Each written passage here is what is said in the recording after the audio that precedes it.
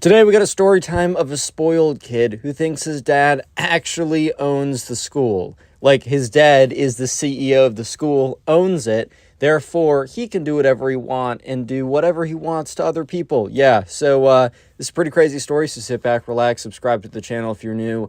Leave a like on the video to claim your free nothing, as always. And with that being said, let's just jump right into it. Also, do you want me to shout out your channel and gain thousands of subs? All you got to do is subscribe to the channel, turn on notifications, leave a like on the video, then comment down below something like check out my channel. That's literally all you got to do to enter. I know when I was a small YouTuber, getting some exposure would have really helped me out, so I want to help you guys out. That's all. All right, so at the subscriber school, there's a kid who we're going to call Billy. And Billy was a spoiled kid. He was your standard spoiled rich kid. You already know how it is.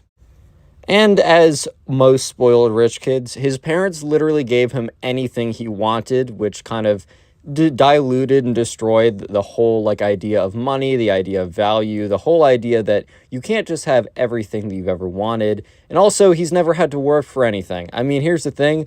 There are parents that have a ton of money, but they still make sure to instill the right values in their kids. Like, they're still making sure that their kids are getting summer jobs if they want something. They're making sure that they're not paying for everything. And if they are paying for something, that it actually makes sense. Like, oh, my kid needs to eat. Okay. It's like, oh, my kid wants diamond, I don't know, studded cane or something. I don't know, man. Then obviously they wouldn't buy that. But unfortunately, Billy was a spoiled kid and his parents didn't really care. So anyways, right, one day, Billy must have been riding back with his dad. And this part of the story is a little hard to tell because obviously the subscriber was not in the car with Billy, but it was just overheard from different rumors and different people. But basically what happened is Billy, the spoiled kid, was, in the car riding back with his dad, and he was on his phone, I don't know, right, playing some game or something, but it's not like he had AirPods in. He wasn't listening to music because he heard what, Billy's dad was saying. So Billy's dad was on the phone with the principal, and they were having some kind of conversation or something. I think Billy's dad, I don't know, did some stuff for, maybe he did do some stuff for the school. Maybe he gave, donated something, or maybe he volunteered. I don't know. So Billy's dad did have some affiliation with the school. However, Billy, the spoiled kid, was sitting there and hearing that his dad was talking with the principal, somehow came to the conclusion that since his dad was on the phone with the principal, he must actually own the school. So I don't know what Billy's dad said that made him believe that, but I think Billy's dad must have said something that he wasn't like, oh, and since I own the school, he didn't say something verbatim like that, but he must have said something that made sense in context. But since Billy, the spoiled kid, didn't hear the whole conversation and also wasn't hearing what the principal was saying, must have misconstrued that whatever was being said was a conversation that confirmed that his dad owned the school and not that his dad was helping out with the school, which is what actually was happening. So right, after that, Billy kind of had a massive ego blow up. And since he's a spoiled kid, he already has a pretty decently big ego for no reason. But now that he believes that his dad actually owns the school, his ego is 3x what it was before. So the next day, Billy came in with a newfound sense of confidence. It wasn't as if he wasn't confident before. I think, as I have already said, he was, the spoiled kid. He was pretty confident, right? However, he had this newfound kind of sense of confidence after falsely believing that his dad actually owns the school. So anyways, he comes into class. In the first period class, he has with the subscriber. So he sits down, not right next to the subscriber, but close enough to the subscriber. And so he's sitting there, and the subscriber is listening. And at this point, this is a first-hand account, since the subscriber sees all of this. There's some kid who we're going to call Ben that was in between the subscriber and the spoiled kid sitting. If the spoiled kid was on the far left and Ben was on, or the subscriber was on the far right, Ben was in between them. So anyways, right, the subscriber overhears Billy, the spoiled kid, drop his pencil, right? And he looks down, and he looks at Ben, and he's like, "Pick up that pencil for me right now, peasant." And Ben's like, "Dude, shut up." And the subscriber's like, "Do you know who my the spoiled kid is like, "Do you know who my father is?" And the subscriber's like, "What?" No. He's your dad. I don't know. Remember, at this point, the spoiled kid is convinced his dad owns the school. Therefore, yes, I can be a jerk to anyone I want. So yeah, When Ben heard this, he kind of just rolled his eyes and was like, whatever, man. And the spoiled kid is like, your insubordinance is noted and will be reported to my father. And the subscriber is just kind of like, oh my God. Because everyone kind of knew the spoiled kid as kind of being a spoiled, entitled kid. But this was like a whole new level of just like, wow, really? Really? Like, this is just a whole new level of, damn, this kid's spoiled. Anyways, though, so yeah, sure enough, the subscriber is kind of just like, okay, whatever. However, the thing is, things continue to go on and things continue to get worse. And as the days went on, Billy the spoiled kid just became more and more unbearable. Like, this kid was becoming an actual pain to just live with. So, yeah, basically the worst was in lunch. So in lunch one day or during that day, he went up to some kid and was like demanding like his lunch money. Basically, he was paying like it was a toll to the like it was Billy was set. You know when you go on the road and you have to like make those stops if you drive really long, those toll booths where you have to pay money to pass through. Basically, Billy, the spoiled kid, went up to some kid and said, "You are now in," and he says his last name, "family's property. You must pay the toll. Please give me $3 or some amount," right? Whatever amount was like this kid's lunch money. And the kid was like, dude, no. He's like, your insubordinance is noted and will be reported to my father. If you are banned from the school, then don't come crying to me. That's all I'm going to say. And the subscriber overheard this, and he was like, oh my God, this kid is actually the worst. And so the next day, Billy, the spoiled kid, was walked into the lunchroom, and there was a massive line. The subscriber was about midway through the line. I think today it was, some kind of like special food day that they all liked. Maybe it's Taco Tuesday. I don't know, man. Anyways, though, so everyone was pretty excited. So the line was pretty long. Usually the line wasn't as bad as this, as kids wouldn't be as, adamant of being like getting in line, going for seconds, whatever. So when, Billy, the spoiled kid, walked in and saw such a long line, he was like, this shall never do. And he starts walking to the front of the line. The subscriber notices this and is like, no, like no shot this kid actually thinks he can just waltz on in to the front of the line like no one else is here. But sure enough, the spoiled kid, Billy, starts walking and it tries to cut the entire line. So obviously everyone's like, dude, like, what are you doing? And he says, well, I just thought you guys would want to be on my good side and let me cut the line. So obviously everyone was like, hell no, bro. What are you saying right now? Everyone was just so confused why this kid is like, I think you want me to be on your good side. Like, dude, why would they care if they're on your good side or on your bad side? Like, I doubt that, like, they care any bit about that at all. Anyways, though, but the spoiled kid is like, I think it would be a smart investment for you guys to allow me to cut the line. Because remember, at this point, the spoiled kid is working from a kind of perception that he is truly like the ruler of the school. And I don't know why he's acting as if everyone else knows that too. Like if he only, let's say his dad owned the school and he truly was the ruler of the school. Why did he not know about this until 2 days ago? And if he didn't know about this until 2 days ago, why is he acting as if everybody else knows as well? It just literally makes no sense at all. So yeah, everyone is like, screw off, kid. Like, we're not giving you our spot in line. Stop being ridiculous, everything like that. And the spoiled kid, gets super mad and is like, you're all going on the bad list or whatever. And he goes to the back of the line. So yeah, at this point, the spoiled kid shenanigans are not like getting him ahead in any way, but also they're definitely not helping at this. And they're also starting to get really, really annoying. So anyways, Billy the spoiled kid, his attitude / behavior got worse and worse and just continued being bad.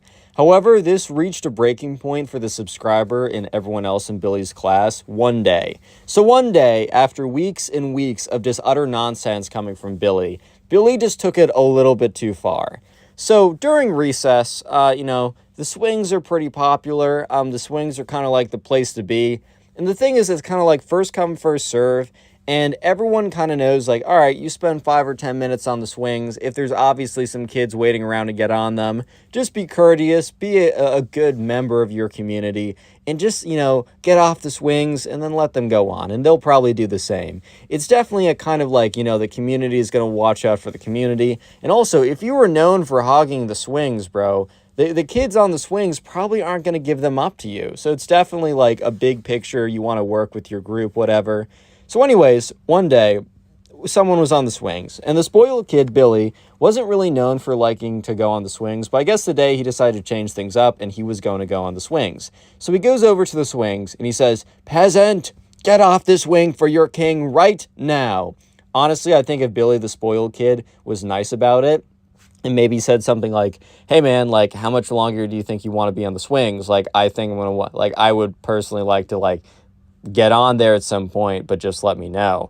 If he said it like that, I bet he would have had a decent shot actually of being able to get on the swings.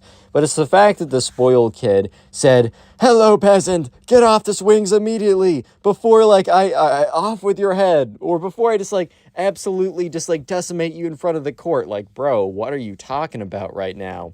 Anyways, though, so yeah, sure enough, the kid's like, no. So at this point, some other kids are around. Some of them are waiting for the swings. Some of them just happen to be nearby. And they witness this whole thing go down. And the spoiled kid says, "You disrespect my authority," because he's looking around and seeing that everyone else is noticing this.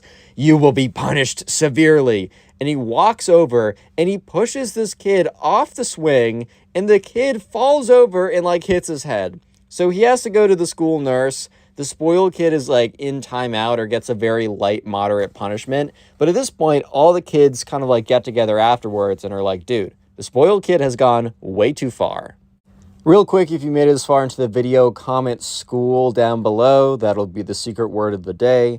And also, if you use Spotify and you don't listen to these stories on Spotify, my Spotify is linked, first link in the description, and also the only link in the pinned comment. And finally, up until the summer, we got a little bit of a challenge, a community challenge. It's the binge watch challenge. So basically go down the comment section and comment how many videos you watched today, how many videos you watched this week, whatever you want to put. Here's some people on screen right now that have done so. Thank you to these people. Thank you to you. And with that being said, let's get back to the story. So anyways, right, Billy has gone too far. The spoiled kid has gone way too far. And everyone at the school is in agreement on that. So yeah, sure enough, they come up with a plan. They come up with a plan of action to fix what's going on. So anyways, one day at lunch, or the next day at lunch, I should say, they all go, Billy's sitting at a table alone. He can't eat with the peasants, by the way. He must eat at his own little royal table. But he goes up, they all go to Billy. And they all kind of like surround his table. And Billy looks up and he's like, "Yes, peasants." And the subscriber's like, "Dude, we've all come to agreement. You're acting like a little jerk recently. You got to cut this out," or, the spoiled kid's like, before even the subscriber could say or what they were going to do, the spoiled kid, who was just so shocked because he had never been talked back to before, and he just couldn't possibly imagine that the peasants would be so bold as in to talk back to their superior. You know what I mean? It's just like, oh, good heavens, like, you would talk back to your superior like that? Are you serious right now, guys? So he's just so taken aback. And, he's all just like, "You guys are making a big mistake. My father owns the school." And they're all looking at him. And they're just like, "Dude, your dad doesn't own the school. And you just can't boss us around like that. Even if he did, you can't boss us around, but he doesn't. So it's not even if you're bossing us around on something that makes sense." And the spoiled kid just blew up on them. He was so angry that they would question his authority, right? And he's just like, starts shouting, "You're all just jealous of me because my father is rich. I can do whatever I want, and you will always be lesser than me. You must submit. You're better off submitting before I destroy you all." And so everyone around the table is like, "Oh my God, this kid is so cringe and lame. I didn't know you could be both like that." So yeah, all the other kids just kind of look at him. And then they looked at each other, and then they nodded. They all nodded at each other because they were all in agreement that action needed to be taken. Yeah, so Sure enough, they're still at the table, and after, like, the spoiled kid finishes his, like, crazy, explosive, like, freak-out session, he's like, the subscriber says, look, dude, we're all in agreement. So either you're going to quit, you're going to cut out with all this, like, peasant talk and trying to cut us in line, bossing us around, and overall just being a jerk to us, and you know what you're doing. You know what if you keep on doing that, we're not going to allow you to do anything. And the spoiled kid's like, excuse me? And the subscriber's like, yeah, we've basically talked to the entire class. They're not going to let you play Foursquare. They're not going to let you on the swings. They're not going to let you do this during recess. They're not going to let you do that. And basically, the subscriber goes down a whole long list of basically everything at school that was fun. The whole class was going to basically block him. Think of this of like some kind of like blockade or whatever, just as a leverage tool. Low-key kind of smart from the subscriber and his friends. And the spoiled kid is like, you guys don't control me. I can do whatever I want. And the subscriber's like, all right, man, like, that's fine with me. You can do whatever you want. Like, that's fine. Like, kind of whatever, man. And the spoiled kid's like, ugh, it doesn't bother me at all. I will have fun all by myself. So sure enough, the subscriber, like, kind of looks at the other kids and kind of gives them a nod. And they all go back to everyone else saying that the spoiled kid was not being cooperative, so to block him from anything fun. So over the next couple of days, the spoiled kid is not allowed on the swings. The spoiled kid is not allowed to join them during Foursquare. The spoiled kid is not allowed to do this. No one is talking to the spoiled kid. Basically, basically saying, you're not allowed to have fun here until you stop acting like a jerk. So finally, after a week, the spoiled kid, when no one else is looking, goes up to the subscriber and is like, look, call off your blockade. I'll stop being a jerk. And the subscriber says, okay, one more thing. So you guys might be thinking, what is that one more thing? And the subscriber's like, I need you to apologize. And the spoiled kid's like, oh my God. Oh my God. I'm sorry. Oh my God. Oh. And the subscriber's like, okay, that's good enough for me. And he says, I'll tell everyone to like quit with the blockade. And the spoiled kid's like, good. Like, fine. I'm sorry. Spoiled kid walks away. Everyone lets the spoiled kid back into doing whatever they're doing. And yeah, sure enough, the spoiled kid was no longer a jerk. He might have still thought his dad owned the school, but he wasn't a jerk about it. If you want to support the channel, click on the video on screen right now. And if you're listening on Spotify, click on another story and peace. Today we got a story time of a spoiled kid who literally thinks that he rules the world. Let's go.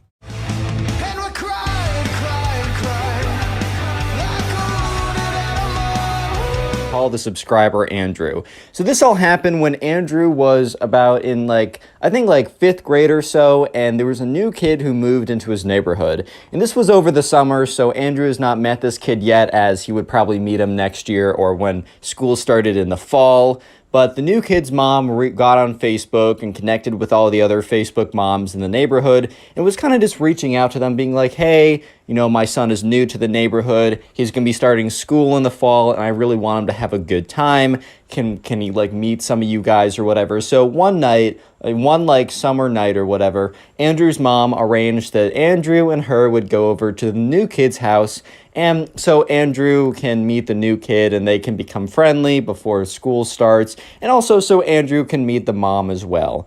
Anyway, so that night, you know, rolls around and, you know, they get into the car and they drive over. And, you know, Andrew is talking to his mom. He's like, Mom, I don't think I've ever been to this part of the neighborhood. And Mom's like, well, this is a very special part of the neighborhood, as they approach a gate. Basically, this was like the gated community part. And a lot of times, gated communities are kind of like places in neighborhoods that are like protected by like a gate that goes all around them, and it normally costs a lot of money, and the houses in there are a lot of people enter the gated communities just because they have a lot of money and they don't want people coming in or whatever. So this is the first time Andrew has ever been to this part, and he's like, wow, like I've never been to a place like this. And Andrew's mom is like, yeah, Andrew, it's probably gonna be a pretty nice house too, so you know, have fun over there or whatever. So they get to the gate and Andrew calls up Ben. That is the name, but if we're doing names, Ben is the name of the spoiled kid who lives at this house. Andrew's mom calls up Ben's mom, and you know, Ben's mom's like, oh yes, the code for us is like 4772 or something like that. So she enters that in, the gate opens up, they go through, and they're going down, and Andrew's just looking out the window at all of these spectacular houses. And it's just like, oh my God, like I never knew that this part of the neighborhood actually existed. So eventually they pull up to Ben's house, and it is a wonderful house. It is obviously a quite expensive house too. They pull up, they, pull into the driveway, they get out.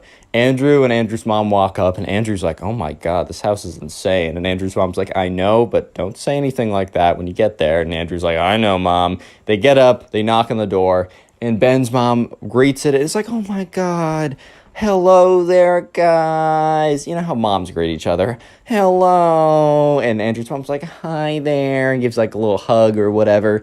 And, Ben's mom's like, well, Ben is upstairs. I told him to come down, but he's in the middle of one of those video games. You know how it is. And they both laugh, and Andrew's like, what? And Ben's mom's like, well, Andrew, just run up there. Run up into Ben's room. He'll say hello.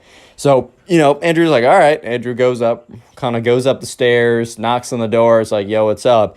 And you could hear Ben be like, go away, Mom. And Andrew's like, hey, it's not your mom. And you just hear like a silence. And then you hear, open the door. And so, Andrew opens the door, walks in, and Ben is in the middle of like, I don't know, like a Fortnite game or something. He's playing some game, and he's completely like occupied. He's like, hello there, what was your name? Andrew's like, Andrew? Andrew, hello. I'm pretty busy right now, so feel free to just take a seat on my bed. Actually, no, can you stand? Can you stand? Is that okay? Andrew's like, yeah, that's fine. That's fine, I guess. And so Ben is just going away, playing his like Fortnite or whatever, and Andrew can hear the two moms downstairs laughing at something that probably wasn't that funny that the other one said, but you already know how it goes. But anyways, eventually, Ben, he loses. He's like, boom, slams his fist on the table. He's like, God damn it. And he turns around. He's like, yo, what's up? Hey, sorry. Weird introduction. My name's Ben. What's your name? And Andrew's like, I just said that, but he doesn't say that. He's like, my name's Andrew. And then Ben's like, well, don't expect me to remember that. I might have to ask again. And Andrew in his head is like, dude, well, I'm coming to your house because you wanted to meet people. Are you serious? But anyways, right? Andrew just kind of like bites his tongue and is like, all right, whatever. So, and Andrew's like, so, what do you like to do? And, Ben's like, I don't know. I like to play Fortnite.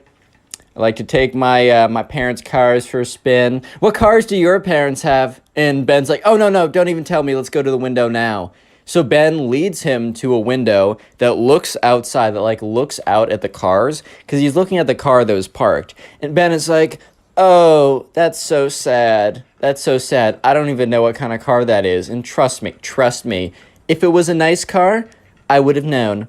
And Andrew in his head is like, oh my God, this kid probably had to leave the old place he was living because he burned all the bridges with anyone he could have been friends with. Oh my God. And Andrew's like, well, yeah, it works. It's a car. It got me from my house to here, so it functions. And Ben's like, well, I guess kind of. I'm surprised it isn't falling apart right now. Like, when's the last time you got that checked for, like, raccoons living in there? Oh, my God. And Andrew's just, like, looking at him like, what? And Ben's like, come here. They walk downstairs, and Andrew and Ben's mom's like, oh, look at those two. They're already becoming such great friends. No, they weren't. But anyways, right, Ben leads them out, and he's like, all right, man, come over here. He brings them to, like, behind, like, the backyard of his house, and it's a pretty crazy house. Like, there's a massive backyard, and then there's this garage, and it's a car garage.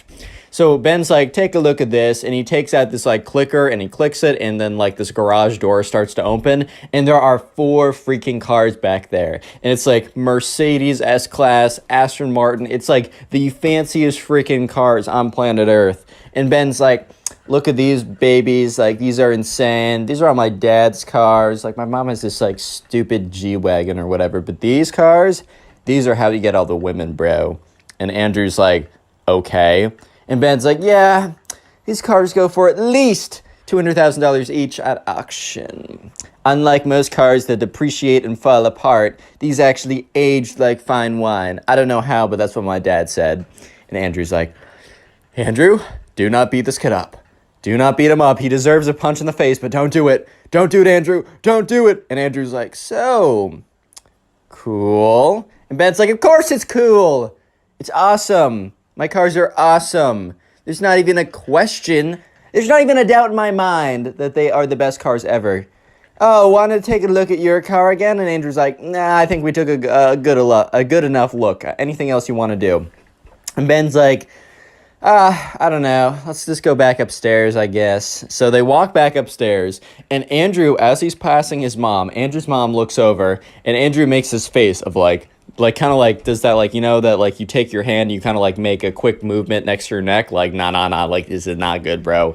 And Andrew's mom kind of gives him this look of like, keep going, like, doesn't matter, like, shut up. And Andrew's like, okay, fine. I'm not getting saved from this. I just got to deal with this kid. So anyways, Ben's like, so do you want to see my third floor? And Andrew's like, you have a third floor to your house? He's like, yeah, we actually have a fourth floor too, but let me show you the third floor of the house. And he opens it, he goes up these stairs, and they walk up, and it is the most insane thing ever. Every game, every toy, everything is on that floor. It is the most insane thing ever. There's air hockey, there's a boat, like a mini bowling thing, there's a mini golf thing. It is ridiculous. And Andrew's like, oh my God, dude, this is insane. And Ben's like, I don't know, my last house was actually even cooler. This is such a downgrade. Like, this honestly sucks. This sucks so bad. I don't know why I'm showing it to you. Maybe so that you could pity me or something. And Andrew's like, pity you? Like, this is the coolest thing ever. Like, I love air hockey. And he starts like going on there and turns it on, starts beating it. And Ben's like, turn that off. And Andrew's like, okay. Ben's like, sorry, I just don't want it to get scratched up. And in Andrew's head, he's like, you don't want your air hockey set to get scratched up. You don't want to use the toy that's fun. The only reason this is fun is if you use it. But whatever, right? Anyways, Andrew's like, okay, fine. It's his house. It's his rules, whatever. Sure enough, they walk around, and this is when, Ben is like, so, did I ever show you my watch collection? Oh, by the way, what watch are you wearing? And he looks at Andrew's wrist, and bro, Andrew wasn't wearing a watch. And Ben's like, oh, that's so sad. Okay, come with me. And once again, Andrew in his head is like, Andrew, don't punch this guy in the face. This guy probably has fancy lawyers, and you will be even more broke than you are now. Andrew, for the love of God, do not punch this guy in the face. I know you want to, but for the love of God, he will take all the money from you and buy another stupid watch. And so they walk over, and, Ben's like, so, you see this one? This one I got for my 13th birthday, a Rolex. And Andrew's like, okay, that's nice. 13-year-old kid with a Rolex, that's normal. And he's like, and this is and then goes on and says other fancy watches. And Andrew doesn't know. Andrew knows what a Rolex is because they advertise everywhere and they're known for being fancy. Then he lists off a bunch of other watches. And Ben's like, do you know what this watch is? And he lifts it up and Andrew's like, no. And Ben's like, uncultured, kind of says that under his breath. And Andrew's like, Andrew, do not smack this kid in the face. Andrew, I know you want to do it. I know you want to give him a clean sock in the face, but you just can't do it, man. Just can't do it. And Ben's like, yeah, man, that's crazy. You don't know what this is. Anyways, this one is the most expensive one so far. Do you want to look at it? Do you want to touch it? Andrew's like, I guess. And Ben's like, false. You do not want to touch it. Wrong. If you touch it, the value would just fall apart. The value would just go down to zero if you touched it. And Andrew then says, well, I mean, you're touching it right now. And Ben's like, yeah, it doesn't matter if I touch it, but if you touch it, the value goes to zero. And Andrew's like, Andrew, don't punch this kid in the face. Whatever you do, I know you want to. I know you got a clean shot right now to just sock him in the face, but don't do it, Andrew. Don't do it. Do it for me, buddy. Do it for me. You don't want to lose. You don't want to make this kid buy another car with your money that's going to be taken from your mother. Don't punch him in the face. He's got fancy lawyers. Real quick, if you made it this far into the video, comment spoil down below. I just want to see how many people made it this far, and I want to see the names and faces of the people who do. I'll try and heart a bunch of comments that say the secret word of the day. Don't take it personally if I don't get to your comment. And if you want to support the channel even more than you already have by making it this far, which thank you, watch time is super important. If you can go ahead and binge watch these videos, meaning sit down and watch like 2, 3, 4 plus even more videos in one sitting, if you do that, go in the comment section and comment down below either how many videos you've watched or what you're doing while you're watching them, such as like playing video games, trying to go to sleep, or if you're like putting on a playlist in the background or something. Whatever you're doing, let me know, and so I can heart it, say thank you, and also shout out someone like this person on screen right now, shouting out people who tell me how they're supporting in videos. Anyways, let's get right back to it. So this point, right, Andrew is just like, Andrew, man, please, you gotta hold it together for your mother, your beautiful mother. Don't punch him in the face for your beautiful mother, man. And anyways, you know, he's saved by the bell because he hears this kind of ding noise, and Ben's like, whatever. And, you know, Andrew's like, dude, what was that bell noise? He's like, that just means dinner's ready, or probably not even dinner, probably just our, you know, our entrees or whatever. And Andrew's like, what? Because Andrew's just like used to his mom being like, dinner. He walks down, it's like mac and cheese, and he's done. So they walk down there, right? And they see Andrew and Ben's mom already sitting at the table. And they sit down, and this like guy comes out. And that's when Andrew realizes that they have a freaking personal chef, bro. That is the most ridiculous thing I've ever heard. And he comes out, he's like, today we will be having beef Wellington. And bro, I swear to God, dude, I don't know about you, but the food name beef Wellington makes me think of like, oh wow, yeah, that's ridiculous. Like, of course, of all the meals they're gonna be having, it would have either been like gold leafed sirloin steak, or it would have been freaking beef Wellington. And literally, when the guy says beef Wellington, Ben goes, oh, I had that last week. And Andrew's mom and Andrew just make eye contact, and she kind of looks at him and gives him a look of like, chill, Andrew. And Andrew's like, my fist belongs on his face. Oh my God. Anyways, though, so they sit down and they start eating it. And it's so freaking good. It is so good, at least according to Andrew, right? Andrew's just devouring it. He's like, oh my God, where can we get some beef Wellington at home? But Ben looks at it and kind of takes a little sniff of it and like cuts a little bit, puts it in his mouth. He goes, "Bleh! This is worse than last week's." And the personal chef comes around and be like, sir, how can I fix this for you? And Andrew is starting to get really angry. He's like, this kid is literally the worst person on planet Earth. But anyways, I mean, there's only so much you can do at that point. There really isn't that much you can do. And Andrew's like, if I punch him in the face, it's going to be really bad. He's got fancy lawyers. And, you know, Ben's like, whatever, I'll starve. And the chef's like, no, please, let me get you something. And Ben's like, no. You had one shot, one opportunity, you blew it.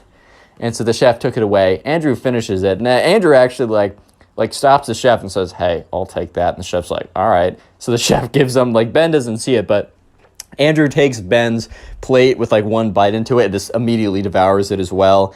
And eventually, right in between that and like their dessert, you know, Ben's mom is like, so I'm so excited that you two are getting along. That's so nice. You know, how about, Ben, how about we go around, we talk about, like, our highs and our lows. Let's do rose and thorn. Tell me what was a good thing, that's the rose, and tell me what is a bad thing, that's the thorn. Ben, do you want to go first? And Ben's like, fine. I guess the rose was the fact that I get to go to bed every night. Sleeping is so cool. But I guess my thorn's actually a lot of things. Let me take a second. Oh, I know exactly what my thorn is. You know that new kid, that stupid kid, Mom? And, like, Ben's mom's like, what, honey? He's like, yeah, you know that stupid kid that you had me hang out with yesterday? He totally was not respecting my authority. He did not understand that I was this intrinsically a better person than he was. And Andrew at this point was like, what the fuck? What? Intrinsically a better person than you are? Bro, what are you saying? And then Ben goes on to go completely mask off. And he's like, yeah, you know how, like, that kid didn't have any money? And Ben's mom's like, Ben, I think it's time to elaborate on your rose. I think we've heard enough of your thorn. Trying to cover up the fact that her son is a complete lunatic, a maniac, freakazoid, right? And Ben goes like, well, no, let me finish my thorn. Yes, this kid, he didn't understand that, like, when I told him to give me a foot massage and I'd give him, like, $5 because that'd be more money than he'd ever seen his entire life or something, he, like, totally flipped out. And then I went on to tell him that, like, we live in a society, like, the caste system. I was learning about that in history and how, like, he's the peasant and I'm the king in this society. And that, you know, the dynamics, right? The dynamics between the peasant and the king were not really being reflected in the way that he was talking back to me, Mom. To me. And at this point, Andrew's like, is this staring at his mom? Just staring at his mom. And Andrew's mom kind of like gives him like a kick under the table. Because like Andrew was like, bro, I gotta say something, man. I gotta say something, bro. Like, I can't let this go on. And Ben's mom is looking mortified because while she lives in a bubble, she also understands what is not polite conversation. And one could say that this was not polite conversation. You know what I mean? And Ben goes and be like, yeah, dude, this is like, it was ridiculous. It was insane. I mean, I offered him 5 whole American dollars for a foot massage. It was crazy. And he said no. And he got all upset or something. And, you know, I tried to like shove my foot in his face anyways. And that made him more mad. I was literally giving him a second chance to respect the kings of his society. I mean, Mom, he's literally a peasant. I mean, did you see his whip?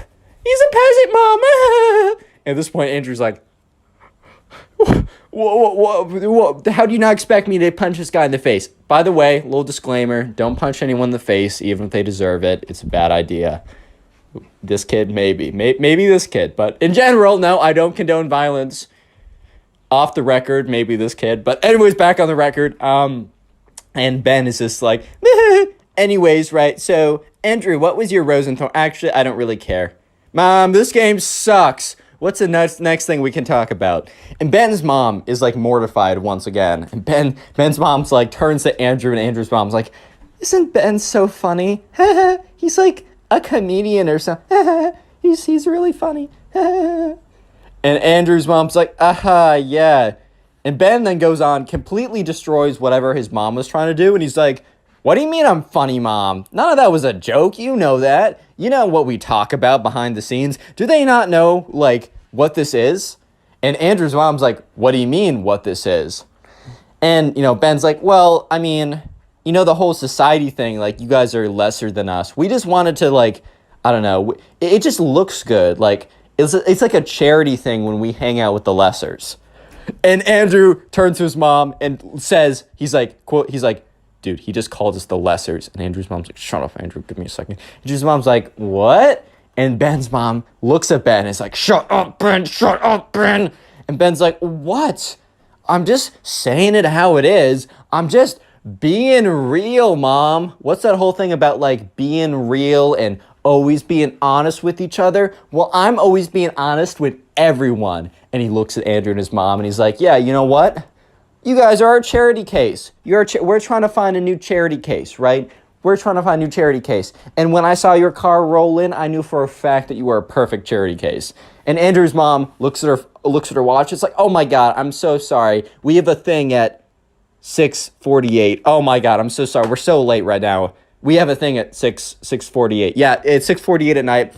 On that moment, I'm so sorry. We gotta go. Andrew's mom picks up Andrew. Andrew in his head's like, yes, escape. And they walk out. And Ben's mom, I hope to see you. Oh, I'm so sorry you had to cut this short. Also, Ben is being so funny today. Gives him a punch. And he's like, ow, Mom, why'd you punch me? And she's like, oh, he's so funny. I hope to see you guys soon. And Andrew's mom turns around and is like, yes, goodbye now. And they both walk out. They get into the car. And Andrew's like, do you think that if we stayed there long enough that they were going to, like, I don't know, put us in camouflage and then try and hunt us or something? Like, bro, that was insane. And Andrew's mom's like, you know what? I've never met anyone in my life like that. And we will not be seeing Ben again. And Andrew, you better stay away from Ben. Andrew's like, well, yeah, because if I was near him again, he'd be punched in the face. Andrew's mom's like, don't punch anyone in the face. I mean, okay, that kid has fancy lawyers. Don't do it, Click Andrew. on the video on screen right now. I know you'll enjoy it. Just click it. Do it. From a spoiled brat who literally says that he owns poor people. Yeah, dude, he actually said it. To a kid who starts crying because they have to fly public transportation. Oh, good heavens. These are the most spoiled kids of all time. Let's go. And we're crying, crying. So we're going to call the subscriber who submitted the story Jeff. So anyways, Jeff had an older cousin, and his older cousin's parents were very, very rich. And Jeff was very kind of middle of the line, middle class. He wasn't poor by any means, but he also wasn't rich by any means. So whatever you define that is whatever it is, right? So sure enough, Jeff had not seen his older cousin in a really long time. So Jeff's mom got like in touch with Jeff's aunt, which is the mom of Jeff's cousin, right? And I think they were just talking and they were just like catching up or whatever. And they realized that it had been such a long time since they got together. So they decided that over the summer they were going to meet up. So let's fast forward to over the summer. And sure enough, it comes to the time for them to meet up. Jeff's cousin lived like about an hour and a half drive away. So Jeff got in the car with his mom and they were driving over. And Jeff was talking to his mom being like, hey, it's been like legitimately like 4 or 5 plus years since I've seen my cousin, and I also don't think I've ever been to my cousin's house before. So that's when Jeff's mom has to like brace him a little bit, and she's like, hey, look, so you know about like Jeff's financial situation. And they're like, or not Jeff, sorry, your cousin's financial situation. And Jeff's like, yeah, I'm kind of aware that his parents do pretty well. And Jeff's mom's like, look, they don't just do pretty well. They do really well, right? They do really well. So Jeff's like, okay, cool, good to know. And she's like, look, it's going to be pretty crazy once you get there. Like, the house is insane. Like, I've seen photos, but I'm sure in person it's even more, like, daunting, right? So Jeff honestly was kind of underestimating. Like, he was thinking, like, okay, my mom's just, like, exaggerating for effect or whatever. I don't know why she's exaggerating, but she's definitely exaggerating right now. But sure enough, she was not really exaggerating, because they pull in, but they don't pull into the driveway. They pull into the pathway to the house, dude. Like, this house legitimately had like a winding road up into it. It was one of those houses that just like existed on a massive plot of land. And this wasn't like a massive plot of dirt, dude. This was like the most beautiful plot of land you've ever seen. Like, just exquisitely done. Their gardener should be getting a raise, right? So they're driving up this pathway and or this driveway, I guess, but you can't think of it like a normal driveway. And Jeff's like, oh, are we in the neighborhood right now? And Jeff's mom turns to him while she's driving, is like, this is not a neighborhood, Jeff. This is the driveway to their house. This is on their property. And Jeff's like, how? Like, I don't even see the house yet. And Jeff's mom's like, that's what I mean. So eventually they see kind of like a house in the distance, but it doesn't look like a house, man. It looks like a legitimate hotel. Okay, it doesn't look like a hotel, but it looks about the size of a hotel. Obviously, it looks much more like a house, but for sizing wise, it looks like a hotel. And Jeff's looking at this thing. He's like, that's insane. Like, Mom, there's no way. And his mom's like, yeah, that's what I'm saying. So they pull up, and it's like the biggest, most extreme thing ever. And they pull into the driveway of like, there's multiple cars outside. Obviously, the cars are pretty sick. And they get out. And Jeff's aunt, like, comes out of the room, or not the room, the house, and she's like, oh, so excited for you guys to be here. It's really been way too long. And Jeff's cousin comes out. He's like, hey, what's up, little dude? Jeff's cousin is older than him. Jeff's about 16 at the time, and Jeff's cousin's like 20 or something. So at first, Jeff's cousin actually seems like he's pretty chill or whatever, but as the night goes on, you will see that is definitely not the case. I guess he's just pretty good at first impressions or whatever. So things seem pretty good at first, and Jeff is honestly just in awe of everything around him. I mean, he walks into the room, there's like a freaking crystal chandelier, dude. It's like marble floors, the stairway, like, there's like a spiral staircase that goes up like 4 or 5 stories. This is like a legit house, dude. Like, this is insane. And, you know, so Jeff's aunt is kind of like giving them a little bit of a tour, but for her to give an extensive tour of the entire place would probably take legit hours. So it's like a very quick, here's the bathroom, here's the kitchen, here's the movie room. The movie room, dude. Dude had a projector and a movie. It was insane, right? Here's the bowling room. Bowling? What? Anyways, so yeah.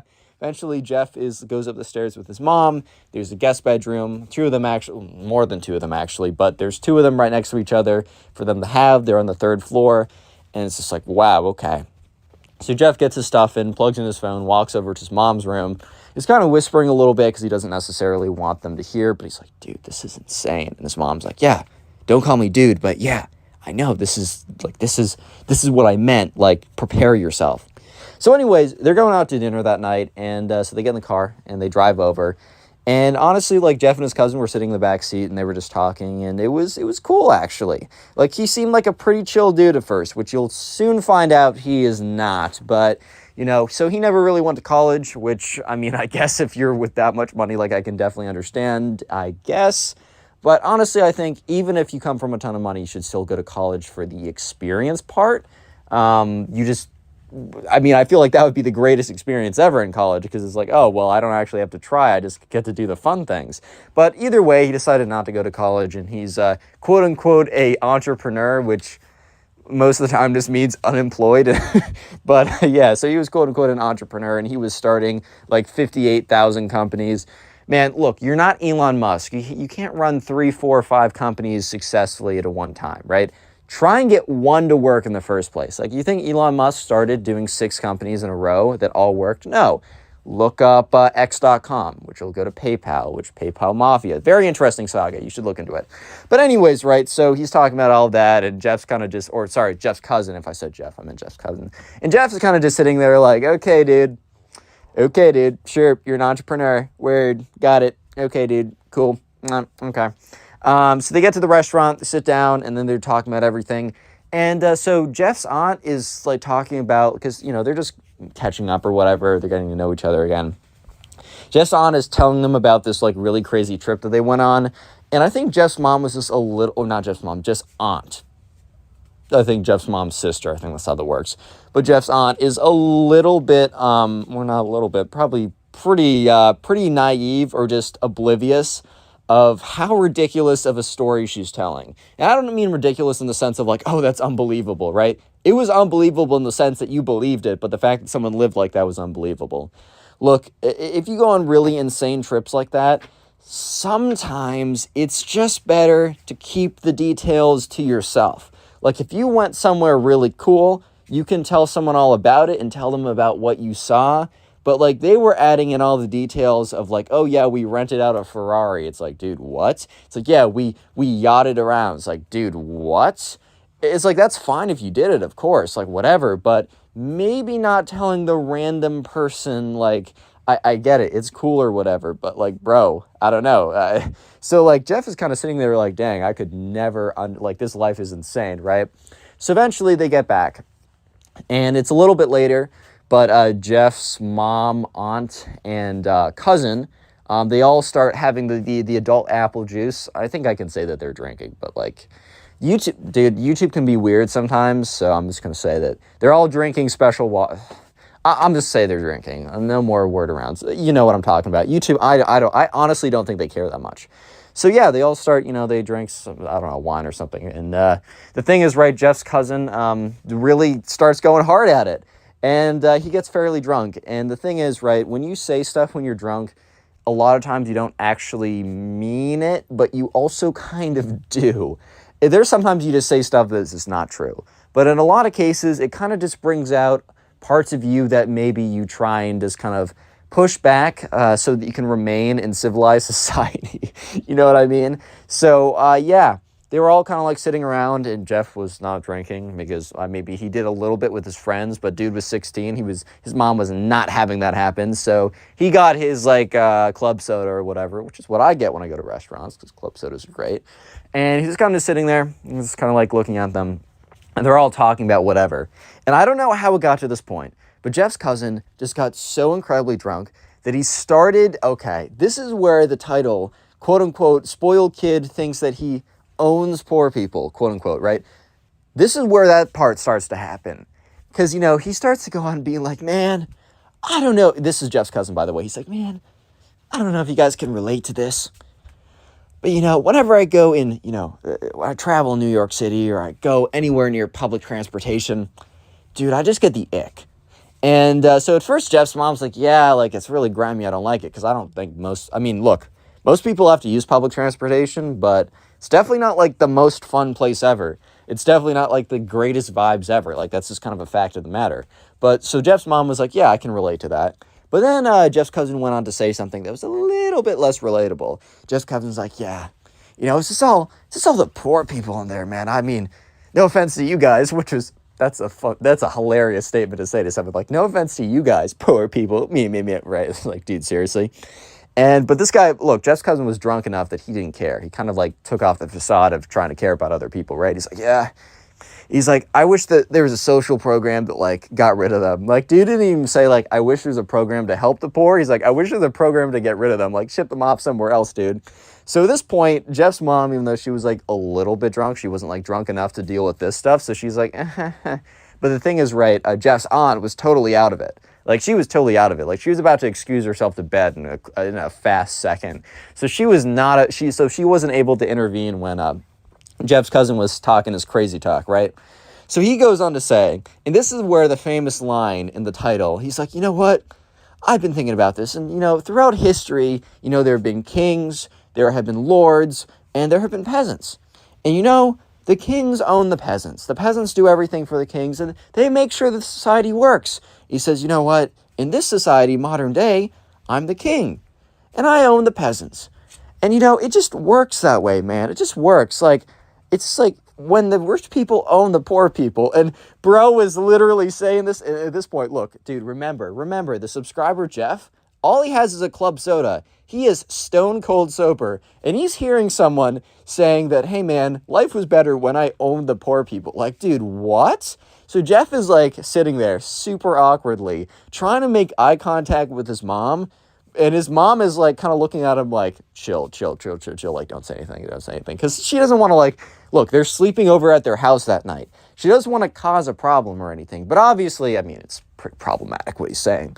He's like, yeah, man, society just worked better when like the poor people did exactly what people like me would tell them to do. Like, think about it. How bad was society in like, he said like, I don't know, like a 1600s kingdom, which I don't know if you heard of the French Revolution before, but might want to look into that because people weren't too happy about that system, at least not for a long time. So just pick up a little book on the French Revolution and learn a thing or two about the guillotine, my friend, because that system doesn't tend to work out that well. And maybe if you masked it or made it look like something else, then maybe it would function even in modern day society. And maybe parts of modern day society are more like that than you think. And it's just a bunch of smoke and mirrors and not showing your entire hand. But anyways, I digress. Because Jeff is sitting there in the most awkward, uncomfortable situation. Because his cousin is looking at them and is saying this stuff, but is saying it as if he's saying the most rational stuff ever. And he's basically saying stuff like looking for them to like nod their heads and be like, yeah, dude, you're so right. You should literally own us and decide everything we do. We should just be like working for you forever for free just because you make great decisions. You should be the dictator of everyone because you were born into a rich family. Of course, dude. Yes. It makes so much sense right now, man. You're like legit spitting, bro. You're spitting facts. That's what this kid was wanting. But Jeff is like, because remember, Jeff's stone cold sober. Jeff's mom's a little drunk, so she can handle this. But Jeff is stone cold sober, bro. He's sitting there just like, dude, what am I going to do right now? Like, this is, what? Huh? Like, are you serious? Yeah, so eventually the cousin's like, hey, guys, I'm sorry, I'm tired. I'm going to go to bed. And gets up. And his mom's already gone to bed at this point. Like, I think his mom she either heard a little bit of it, but was too drunk to, like, realize and just went to bed. Or she just went to bed before the cousin went on this rampage. But eventually the cousin gets up. And he's like, oh, yeah, like, I'm going to go to bed. Feel free to take anything from the fridge. If you need anything, let me know. I'll be up in the morning. Peace. He just goes up, walks upstairs. So Jeff is sitting there. And he turns to his mom. And his mom looks at him and holds up a finger, just, like, one finger up in the air, saying, like, wait.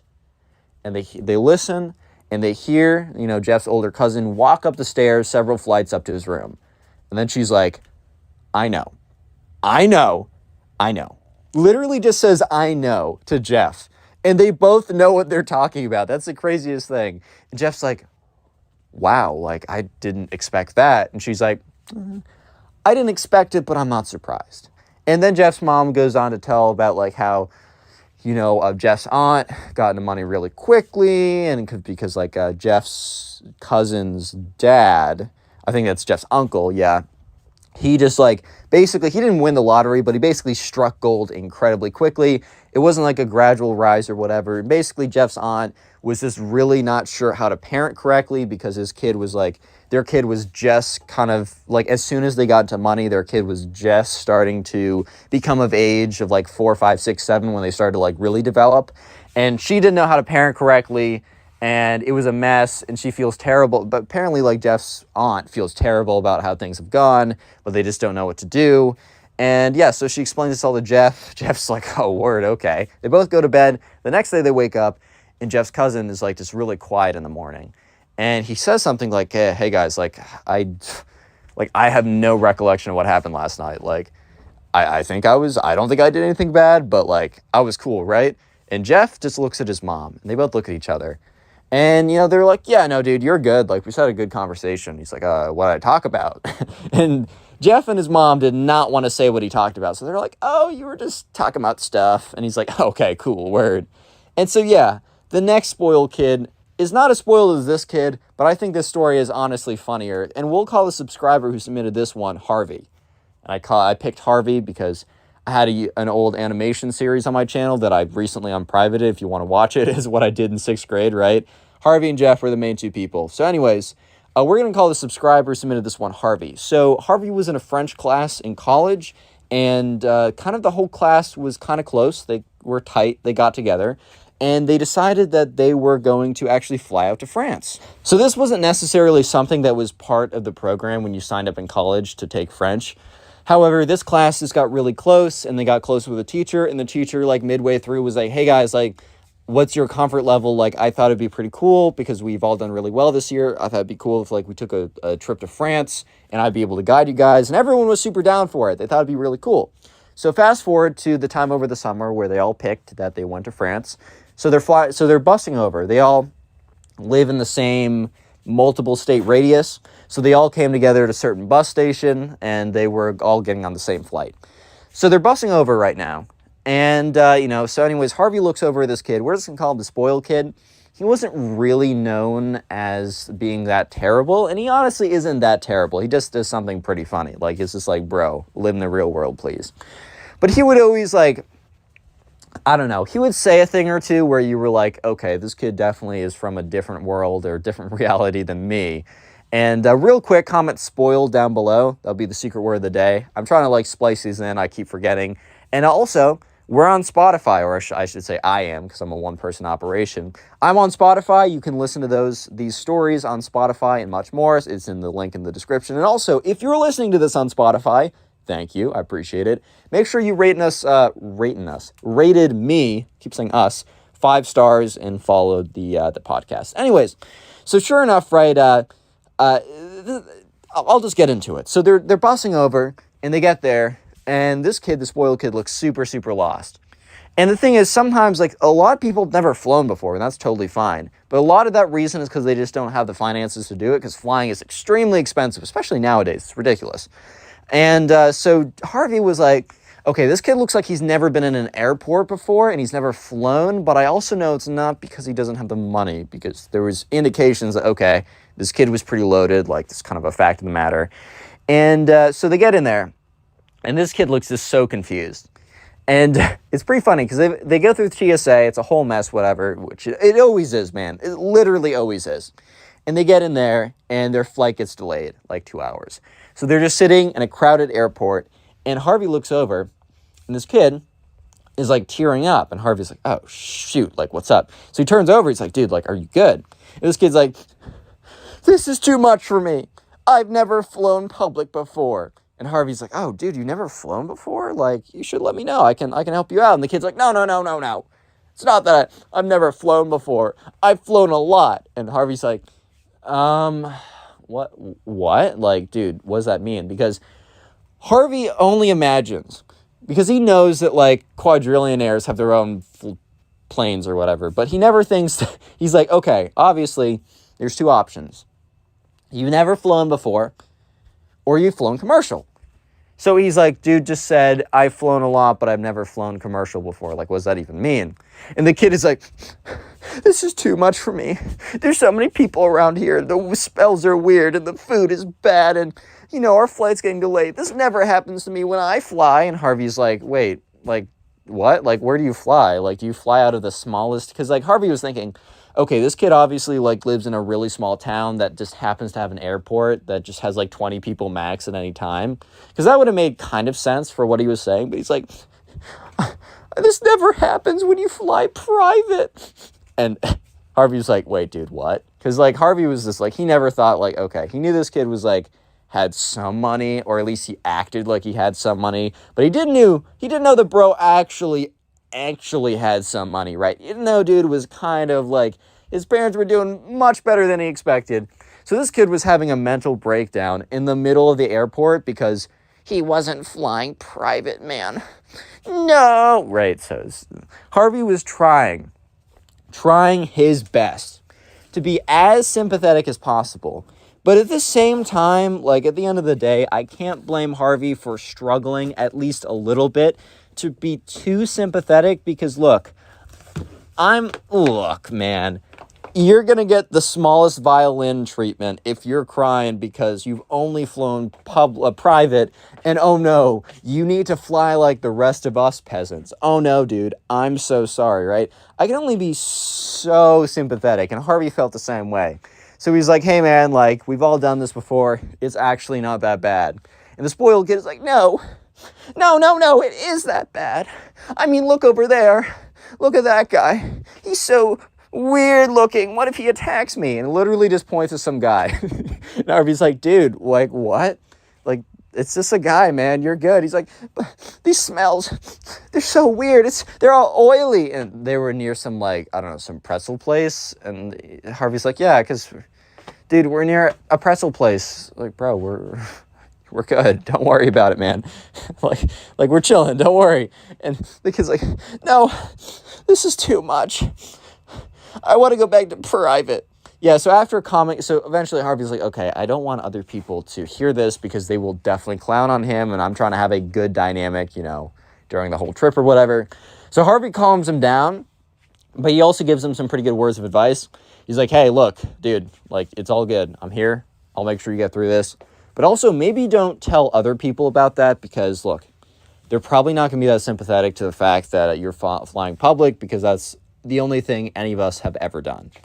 And I think the kid understood a little bit, but he was still in his little bit of a breakdown mode. So, yeah, they get on the flight. You know, the kid's not having it either, but whatever. A couple days into their trip into France, it's awesome. They're all getting along together. The kid actually, like, finds her, because they were, like, chilling. The kid was chilling. He was cool again. But he actually goes ahead and finds Harvey and pulls him out of the crowd. And he says, hey, man, can we talk for a second? And Harvey's like, yeah, dude, like, what's up? He's like, look, I'm so sorry for the way I just broke down the airport. Like, that's so embarrassing.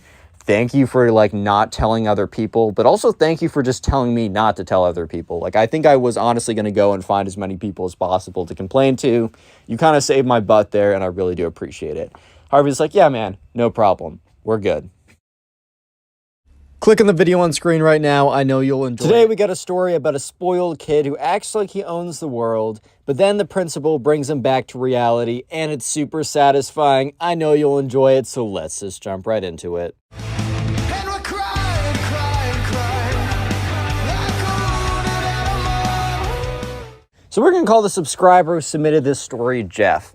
So anyways, right, there was a kid in Jeff's class who we're going to call the spoiled kid because, he was genuinely just like the most spoiled kid on planet Earth. His parents gave him everything, and because he always got anything he ever wanted, he just had an air of entitlement to him. He genuinely believed that he received everything that he's received, not because it was given to him, but because it was like his right. He was born into the right to have everything, right? Basically, he believed that, you know, everything that was going well for him in life, he genuinely believed that that was because of his own grit or intelligence, or, which, I mean, I guess some of it was, but the majority of, like, what he had was because it was given to him. So this can kind of mess up a kid when this happens to them because they'll basically have their ego inflated so bad that they'll end up doing ridiculous stuff. And this was a great example of it. So this spoiled kid, right, you know, one day, Jeff had a girlfriend. We're going to call this, what are we going to call her? We're going to call her Maddie, right? So Jeff's girlfriend, Maddie, they've been together for like a year. They were a solid relationship, right? So this was high school for context for the setting. And Maddie and Jeff were together for a while, and they were a very strong relationship. Like, there was no way that Maddie was going to cheat on him. However, the spoiled kid, who believed that he was entitled to everything in the planet, saw Maddie, thought she was beautiful, and decided, you know what? That's my girl now, man. He genuinely believed that he genuinely believed that, like, oh, wow, if I want something, I will get it.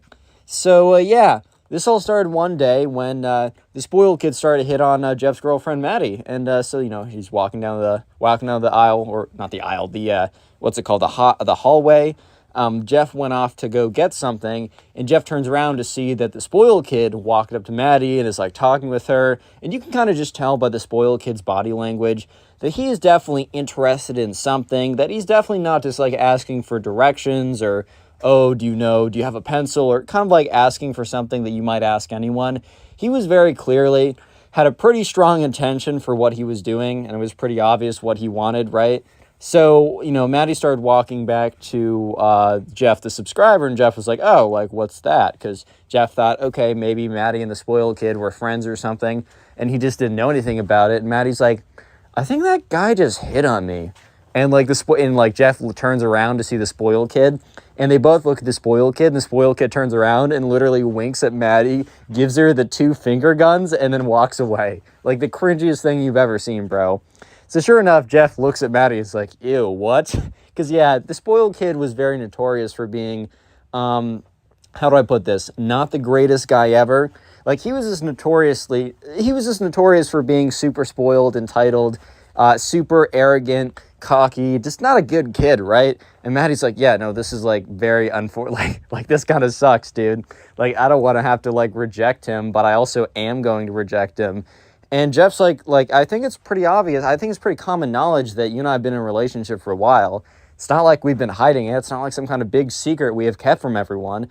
And Maddie's like, yeah, I'm like 90% sure he knows that too. So I don't really know what he's doing. And they kind of came to the conclusion that the spoiled kid did know that Maddie was in a relationship with Jeff. But, at the end of the day, if you've gotten everything you've ever wanted, and if you wanted something, you get it no matter what, like, at the end of the day, I think the spoiled kid had the mentality of just because, like, there's a goalie in the goal doesn't mean I can't score, bro. I'm still going to make my moves, which he will make his moves in just a second. Don't worry, boys and girls. But anyways, so Maddie's like, oh, God, like, he definitely knows. And Jeff's like, dude, yeah, he definitely does know.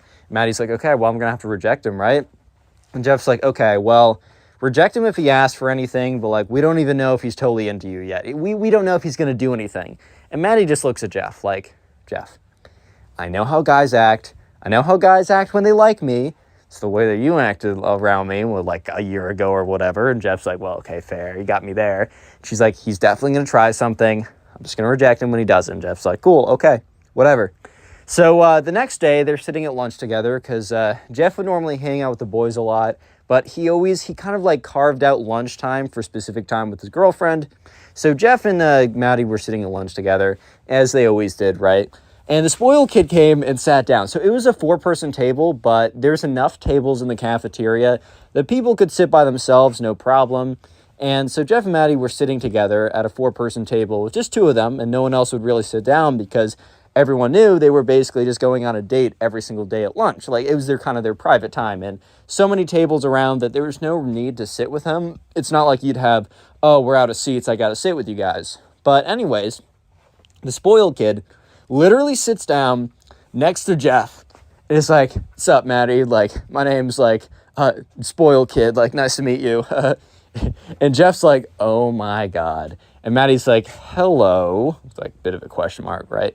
And the spoiled kid say, oh yeah, what's up? Is this your like friend or something? Maddie's like, this is my boyfriend. And at that point, the spoiled kid looks and it's like, oh yeah, right, whatever, same thing. Dude, the spoiled kid literally says, oh yeah, same thing. Yeah, right, a boyfriend and a friend are the same thing, dude. I mean, maybe in the spoiled kid's mind and his perception, like, friend, boyfriend, husband of 10 years with 3 children, same thing, dude. Potato, it doesn't matter to me because you're going home with me either way. But, truth is that's not how it was about to go. So he literally just, acknowledges Jeff's presence for a second, saying, yeah, same thing, whatever, kind of, trying to nullify the fact that he is literally Maddie's boyfriend, and then immediately turns to Maddie and just starts, talking her up. And I don't mean being like, how's your day? I mean being like, you look beautiful in that whatever that you're wearing. Like, oh my God, like, your nails complement your eyes so much. Like, oh, did you hear? I actually have this really crazy whip, and all my girls like are able to drive in it, and you can take photos for your Instagram. Like literally the most blatant stuff ever. And it was really freaking cringy and uncomfortable for Jeff because dude was literally sitting right there as this guy fails to like try and pick up his girlfriend as he's sitting right there. And Jeff wasn't some like crazy confrontational guy. Yeah, I don't think I'd be pretty happy if I had a girlfriend. Sad. If I had a girlfriend and like some guy came up and like tried to like minimize my presence and started flirting with her super blatantly. Like if I had a girlfriend, I don't think I wouldn't care if she talked with guys because I have plenty of platonic relationships with women. I think having relationships with people across like that's not the same like gender as you, I think that's a really cool part of life because there's kind of different energy with different people I've personally found. So yeah, like I personally wouldn't care, but at the same time, I think like if someone was very blatantly flirting with someone who's my girlfriend while I was sitting right there, I wouldn't be like, hey man, that's my girl, back off. Like, dude, I can definitely tell if she's able to manage it or not. I don't think I'd be very happy about it. I wouldn't be like, yeah, this is my boy. Like, yeah, no. Like, come in for, I can share, man. I wouldn't be happy, but also this guy is very clearly not a threat. So Jeff kind of sat there really awkwardly. Just like, what, dude, what do I do right now?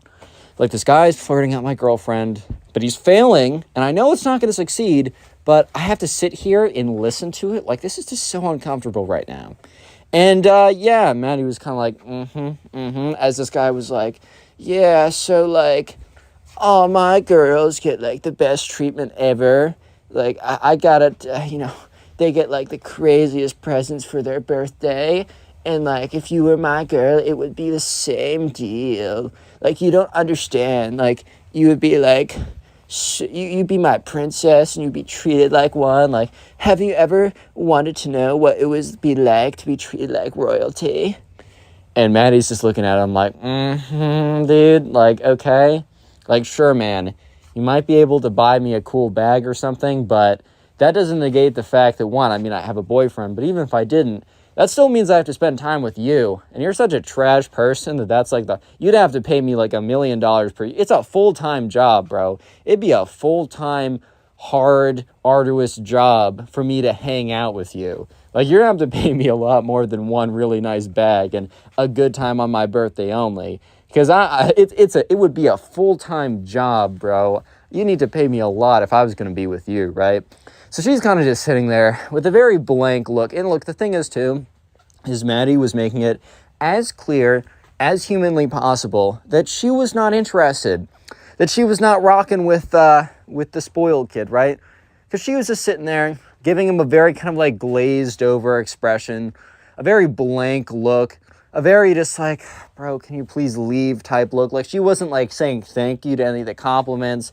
She wasn't being like, oh, tell me more, when he was like, yeah, oh, my girls get the best treatment ever. Eventually, though, the spoiled kid is like, so, what are you doing this Friday night? So if you just tell me, well, like, your home address, like, I'll literally come in, like, the sickest whip ever, and I will pick you up, and we can drive around anywhere, and just so people can see you in such a cool car with me if you'd like. Like, it's just a courtesy I give to my girlfriends. By the way, you'd be one of many girlfriends because I'm an alpha male top dog, bro. Just so you know. But, like, I treat all my girlfriends really well.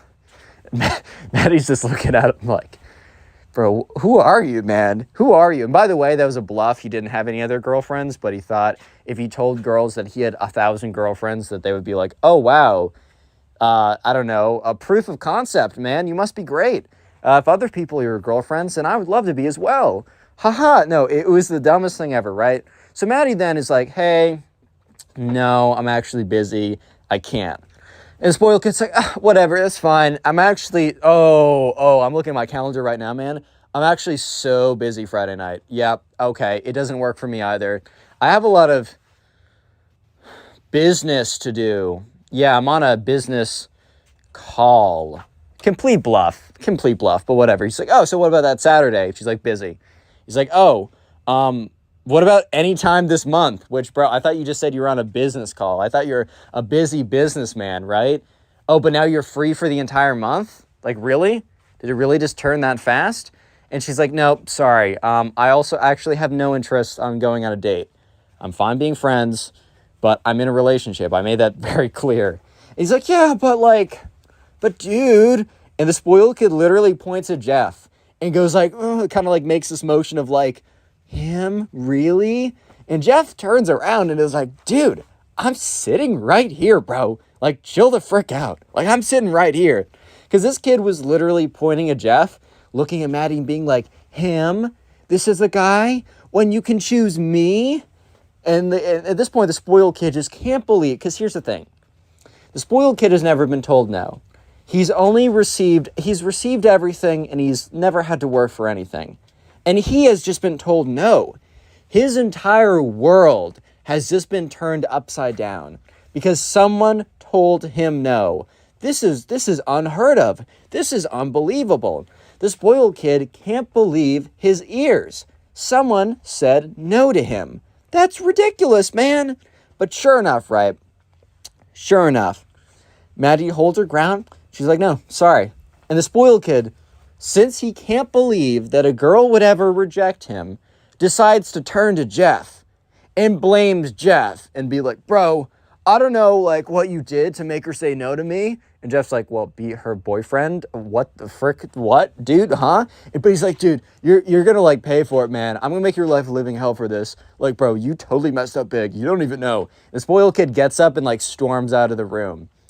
And Jeff just looks at Maddie and be like, well, that was one of the most uncomfortable situations I've been in. And Maddie looks at him and is like, dude, yeah, you think about me. I just had to listen to this kid basically just touch his own peenie for 25 minutes, talking about how great he is, and then ask me out. Like, what? Dude, I said I had a boyfriend in the first 30 seconds. He just kept going. He didn't care. Jeff's like, yeah, how do you think I feel? I was emasculated for the... Well, actually, no, I wasn't emasculated. The whole thing was pretty funny. Like, I knew I was chilling, but dang. Well, I guess we're about to see how he's going to quote-unquote ruin my life. Jeff really thought this kid was bluffing. Jeff really thought that this, like, the spoiled kid was just saying this to try and get under Jeff's skin or whatever, which he kind of did a little bit because Jeff was pretty annoyed by the whole situation.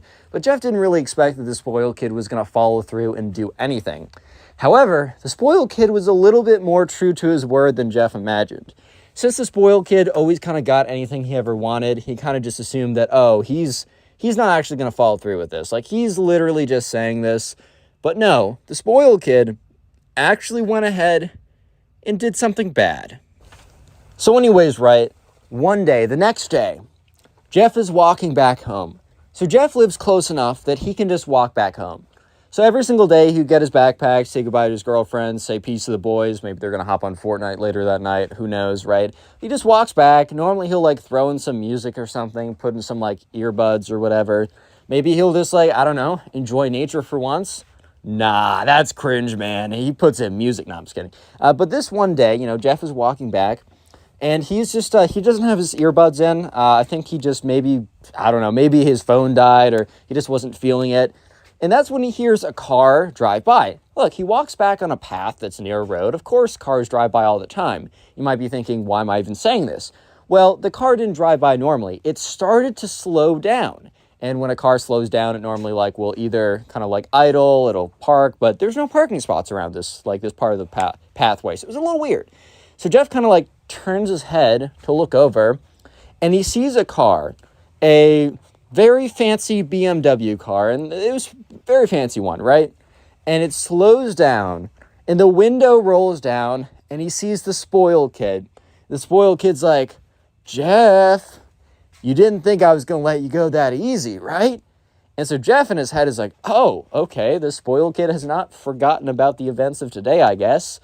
Maybe he wants to embarrass himself more. Maybe he has a thing for public humiliation, because right now he is publicly humiliating himself, bro. Like, I don't know what else to say here. And Jeff's like, dude, like, what's good? Like, what's up right now? And the spoiled kid's like, I don't know what you told Maddie to get her to not go on a date with me, but that's not cool, bro. And Jeff looks at him with a kind of a look of just, how can I get this through your thick little skull? Like, dude. And he literally says, turns to him, dude, I'm her girlfriend. I'm her boyfriend. We've been together for a year. She was not going to say yes to you, even if she would have wanted to in the first place, which she didn't. And the spoiled kid's like, yeah, right, that's funny, bro. Like, you know how many girls that I've gotten with that have been in relationships? At least 100, which, dude, Maybe if he said 1 or 2, it would have been believable. But dude said 100. Bro has definitely not gotten with anyone who's been in a relationship.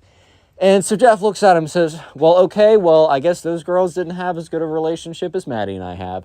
I don't know how else to say it. At this point, the spoiled kid's like, dude, that's just not possible, bro. My Riz was on point, like 100%. Like, dude, you don't understand, bro. I'm a god of Riz, bro. Like all the chicks, I have 100% conversion rate. I'm 100%. I've slept with 1,000 women at this point. Like, dude, what? Yeah, so sure. I'm having way too much fun with these impressions sometimes, guys. I'm just... Anyways, though, so Jeff is, like, looking at this kid. Like, this kid is a major cap artist. Like, this is so stupid. Like, why am I even giving this guy, like, the light of day? Jeff's like, I don't know what to say, man. Go, like, hit on some other girl. Maddie and I are in a good relationship. She's not going to get with you. Leave me alone. Goodbye. So he starts walking away. And so the spoiled kid is driving by him in his car. And is like slows down but keeps up pace with Jeff's walking. Spoiled kid's like, bro, don't think you're going to get out of this that easy, right? Don't think you're going to get out of this. I'm telling you, bro, I'm giving you a chance because I'm a humble, respectful, nice guy, right? And Jeff is like, you're a what? He's like, dude, I'm going to give you 24 hours to untell Maddie whatever you told her, whatever lie you told her, to get her to not go out on a date with me. I'm going to give you 24 hours or your life's going to freaking suck, bro. And so... yeah, the subscriber, Jeff, kind of looks at this kid and says, no. I didn't say anything, but also, no. Dude, what? And the spoiled kid's like, dude, okay, I'm going to give you 24 hours to reconsider. And, yeah, you're lucky I'm even giving you 24 hours or even an option to get out of a life of pain. And Jeff's just looking at this kid like, okay, bro, like, bring it, I guess. So, yeah, Jeff walks away and the kid drives away. And Jeff is kind of just thinking to himself, what the frick just happened? So he picks up his phone, calls Maddie. Maddie's like, oh, what's good? He's like, dude, the spoiled kid just came up to me and said that, like, I had 24 hours to untell you whatever I told you that made you not go out with him. Because it definitely wasn't because, A, we're in a relationship, and B, because maybe he's just not attractive to people like you because of his character and how much of a skadoosh he is. Like, maybe that's the reason. And Maddie's like, yeah, this kid's delusional. And he said, I have 24 hours or my life will be, like, terrible, and he'll make it terrible. And Maddie's like, oh, well, that's not good. And he's like, yeah, Maddie, don't worry about it. Like, I really don't care. This kid, what can this kid do? So this kid actually did some stuff. Yeah, and we're going to get into that. So the spoiled kid, I'm not going to tell you. I will tell you in a second. But the next day, Jeff gets into school. And Jeff is friendly with a lot of people. Jeff is friends with a lot of people, but he's only close friends with a couple. Honestly, that's kind of how it goes. You really only need 2 or 3 really tight-knit friends. And then what beyond that is kind of just gravy, in my opinion. I think it's really nice to be friendly with a ton of people. Maybe you have like boys in a class, like you know someone in your class, you always hang out with them, you chill with them in class, but you don't talk to them that much outside of class. Maybe you walk to class with some guys, or maybe you chill with someone at one, like people you aren't that close with, but it's just nice to kind of have a network of people you're friends with. So anyways, Jeff got into school. And there's kind of like a routine he'd go through. Like he'd see person X for a second. He'd see person Y as they're walking by. He'd catch up with person Z. All these people would see him, would turn away, basically run away from him. Out of like the 15 people Jeff normally spoke with every day, 0. 0 out of 15. They all saw him coming and turned and went the other way. Jeff didn't make the connection, but he was like, dude, something's really weird. And it was just really weird, dude. Like, Jeff had no idea how to react to it. So Jeff, like, at lunch, like, sits down and talks to his girlfriend. He's like, hey, like, people are acting really weird to me today. And she's like, Jeff, like, I need to tell you something. And he's like, yeah, Maddie, like, what's good? And she's like, I heard, like, the spoiled kid did something crazy. And Jeff's like, crazier than yesterday? And she's like, yes, much crazier. Basically, this kid has gone around and figured out everybody that you talk with. And basically, he's paying them every single day to not talk to you and to avoid you. Apparently, he's paying them like $10 every single day just to not talk to you. And at this point, Jeff's like, what? Yeah, so the spoiled kid had access to a lot of money. And I know some of you guys might be thinking $10, like, really? But you have to realize, first of all, this is high school. $10 is freaking huge. Like, even now, like, I do stuff for $10. But at the same time, it's like, especially in high school, $10 a day? And also, the only thing you have to do is just not talk to someone you're not even super close with. Like, all 15 of those people did it. Are they kind of snakes for doing it? Yeah, a little bit. But at the end, it was a good deal, like the free market, I guess. But anyways, so Jeff's like, well, that explains all the weirdness that's happening today. And Maddie's like, I'm sorry, like this is my fault. And he's like, no, this is not your fault. This is this cringe kid who can't accept that he loses, right? He can't accept that he doesn't get everything that he ever wants. You know what? Let's play hardball. I don't care. So Jeff only had one friend. He had his girlfriend, and then he had one friend. He used to talk to like 20, 30 people every single day. Social life got super reduced, completely cut down.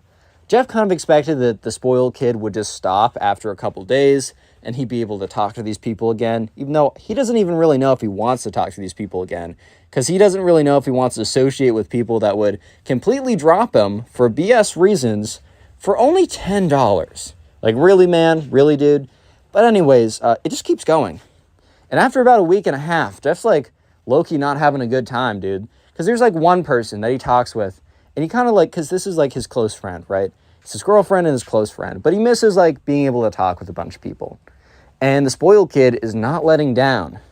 If anything, he's paying off more and more people to not talk to Jeff, to exclude him from activities outside of school, to not let him like do stuff, whatever. And Jeff's social life is kind of getting crunched, which is really unfortunate. So Jeff goes to one of his close, not friends, but someone that he looks up to, someone that he has a great relationship with, and that is the principal. Yes, finally, not the main character, but the secret character that's in the title that is going to come in and save the day is finally being introduced. So Jeff and the principal went way back. So a long time ago, Jeff was a lot more of a rowdy kid who would break a lot more rules. He broke a pretty big rule, and like him and the principal had to spend a lot of time together because like he did something kind of bad. It wasn't like terrible, but it was like, for the time, it wasn't great. And him and Jeff actually bonded over a lot of stuff. They both had specific family life issues that they could relate on, and he kind of became a secondary father mentor figure type thing. And Jeff would go speak with the principal every once in a while about like life, about things, how things were going. Jeff was doing pretty well in school, and he wasn't breaking any rules or anything, completely changed his trajectory. It was mostly all thanks to the principal. So this time, he asked the principal if he could talk, and they sat down. The principal's like, so, what's up? And Jeff basically explains the last 25 minutes to the principal. I'm not going to re-explain it because you guys have already heard it. And by the end of it, the principal's like, wow, like, I knew that kid was a little weird, but this is really extreme. And the principal, first of all, says, okay, well, as much as this sucks, first thing I will say is that the people that, are being paid $10 to not be friends with you anymore really aren't good friends in the first place. And while this is really unfortunate, I guess it really does show you who is actually your friend or not. And the principal said, I used to have a really big social circle, but, the second I wasn't reaching out to them every 5 seconds, they kind of just fell off the map. And the principal says, I really only talk to like 2 to 3 people every single day now. And my life's okay. But that doesn't excuse what this guy is doing. And the principal says, you know what? I think I can help you out. So this is what the principal does. He calls in Jeff's friend. And he says, hey, like, is there like any chance that, that you've been offered money by the spoiled kid? And Jeff's friend says, yeah, he's been like texting me for like the last week or so, asking every single day to give me $10 to stop hanging out with him. Like, it's so annoying. And he's like, I'd never say yes. Like, that's ridiculous. And the principal's like, whoa, chill out. We're going to call Jeff's close friend, the only friend that stuck with him, Ben. And the principal's like, actually, like, can I see your phone? Like, I want you to help me catch this guy. And then Ben's like, oh, okay, word, cool. So Ben hands over the phone, and the principal responds to the text message, like the 1,000 text messages, right, saying, I'll give you $10 if you stop hanging out with him. And the principal's like, hey, on Ben's account, acting like he's Ben, basically is saying, like, oh, like, okay, yeah, actually, I've changed my mind. Like, I'll take the $10. And the principal starts going on to ask more questions about, like, oh, so out of curiosity, how many other people are you doing this with? Like, are you paying all these people? Like, what's the motive? At this point, the spoiled kid is spilling everything because the spoiled kid is just so excited because the spoiled kid truly believes that he just got Ben. Because he thinks, I got all of Ben's kind of close friends to stop talking with him. Now I just got Ben's last close friend to stop talking with him. Then the final nail in the coffin will be when I get Ben's girlfriend. Not Ben. When I get Jeff's girlfriend. Like, ha ha ha. Spoiled kid really believes that he just won right here. So he's telling Ben, quote unquote, which is actually the principal behind the screen, right? Everything. The principal like airdrops or takes screenshots, sends the files to his computer, prints it out on like literal physical paper, puts it in an envelope, grabs the envelope, and starts walking towards the spoiled kid's class. So he knows the spoiled kid. He looked up on the computer which class the spoiled kid was in, and went up to his class 5 minutes before it got out, was literally just waiting outside, and then the bell rang, the door opened. The spoiled kid is walking out, and his chest is all puffed out. He's all excited, pumped up, because he's like, dude, like, I'm literally dancing on this kid Jeff right now. I'm literally dancing on him. And after I'm done dancing on him, I'm going to steal his girlfriend, dude. Like, I'm literally on a heater, bro. I'm never going to miss. And, yeah, that's when he was faced with the principal, who stopped him and said, hey, can I talk to you for a second? And, you know, spoiled kid's like, oh, yeah, sure. Okay. And the principal looks at him and is like, so, out of curiosity, have you been asking people or paying people $10 to stop talking to a fellow classmate? Because that would be bullying and harassment, by the way. The spoiled kid's like, dude, no, I'd never do that. He's like, have you talked to Ben specifically about that? Just out of curiosity. And, you know, at this point, the spoiled kid's like, oh, dude, no, Ben's a loser. I'd never talked to him, bro. I've never even spoken to him on social media ever, which the kid didn't know he was literally digging his own grave. And the principal's like, oh, so do you want to explain these to me? Total Chris Hansen style. Like, pulls out the manila envelope, shows all the screenshots on a piece of paper. And the spoiled kid's like, dude, that's not even, what? And at that point, the spoiled kid knew he messed up. So yeah, the principal brought him to the front office. The principal also had a little bit of an investigation and interviewed everybody else that was paid off. Those kids didn't get in trouble because while they did something a little snaky, they didn't technically break any rules or anything. The principal did tell them, look, what you guys did was pretty messed up, but you're not in trouble. Just don't do that again in the future, like just for life lesson or whatever. But yeah, the spoiled kid himself actually got 3 days of suspension. But the most important thing is, not just the 3 days of suspension, he had to write an apology letter to both Jeff and Maddie, his girlfriend. Dude, this is the greatest principal of all time. Click on the video on screen right now. I know Today we have a story of this teacher who completely owns this spoiled kid. I know you guys will enjoy it. It's a perfect karma story. Let's just get into it. And we're crying, crying, crying, like a wounded animal. Subscriber in today's story, John. So this all happened one day when John was in 7th grade, and John had a regular teacher in his history class. However, the teacher was sick and was pretty sick, had a pretty bad case of the cold, but happened to be out for an entire week. John didn't know this at the time, but, you know, the substitute teacher just came in every single day that week, so his teacher happened to be out for the week. And this substitute teacher was pretty epic, was a pretty cool guy, as you will see. It's not apparent at first, but trust me, the payoff is totally worth it. There's also a bully in John's school, unfortunately, and the bully is in John's history class. History, okay. In John's history class, right? And this bully has been kind of known as like the bully for the longest time. John is in 7th grade, and he's been going to the same school since he was in 1st grade. And this kid has always been known as a school bully since 1st grade, since the first year John has been there. And obviously, as the kid has gotten older, he's gotten more, you know, crueler and more sophisticated with his bullying. But he just never stopped. And John would always tell his parents, and his parents were like, oh, well, he's going to grow up someday. And let me just say, it has been 7 years. It has been 7 years of long bullying. And John's been waiting for long enough. So this all happened. Let's go to day one. So day one, John comes into class, and he's waiting for his regular teacher, and the substitute teacher walks in instead. And John's like, oh, okay, I guess we have a substitute today. And the substitute is like, hey, class, like, my name is Mr. Davenport. I will be substituting for Mr. Mr. Kavanaugh because, he's sick today. And if he's sick for any other days this week, I'll be substituting as well. Like, we'll be doing normal activities. Class will be continuing as usual. I've studied the lesson plan and things will be like normal. So anyways, on the first day, class was fairly normal. And, John was sitting with his friend, Ben. Ben is not the bully this time. He normally is. Whenever I have a bad character, I always name him Ben, because we're just calling the bully. So John and Ben were sitting together, and they were doing some kind of some reading activity in the class or something. And that's when they look over and they see the bully. And the bully is with his other minions, So a lot of times in school, like, the bully will have, like, his minions that do whatever he says. And the bully had his minions in this class, and they were sitting there, and they were snickering because they were, like, chewing, like, crunching up and chewing up wads of paper and then spitting them through tubes. So kind of like spitballing people in class.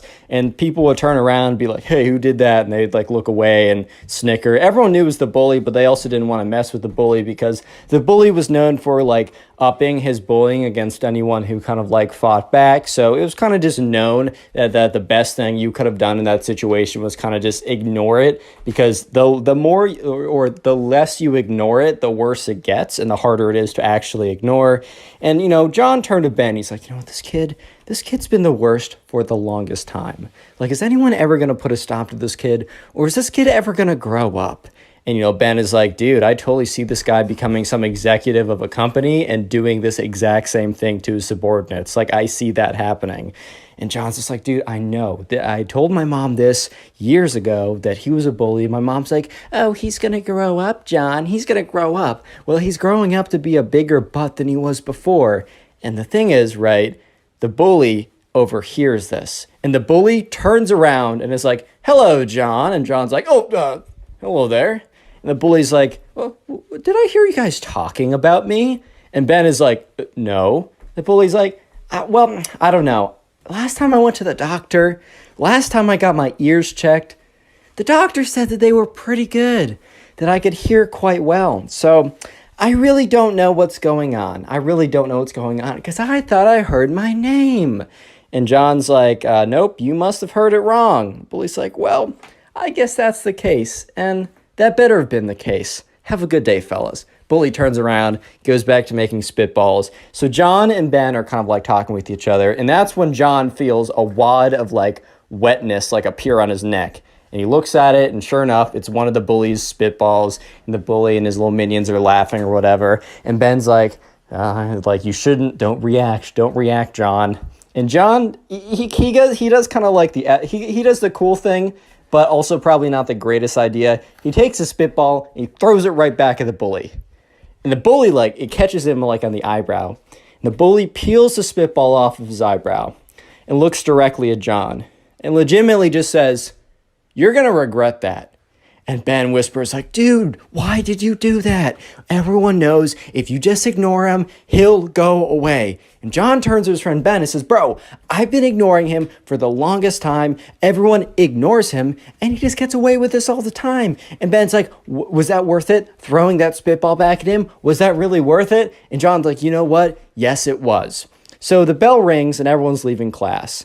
And John is like quickly leaving the class to go to his next class when he immediately finds himself on the floor because the bully stood in front of him, stuck out his leg very stiffly. John tripped on it and fell right over. And John's backpack like wasn't zipped up all the way, and it kind of like flung over his head and everything spilled out in front of it. And the bully says, nice trip, John. Hopefully I'll see you next fall.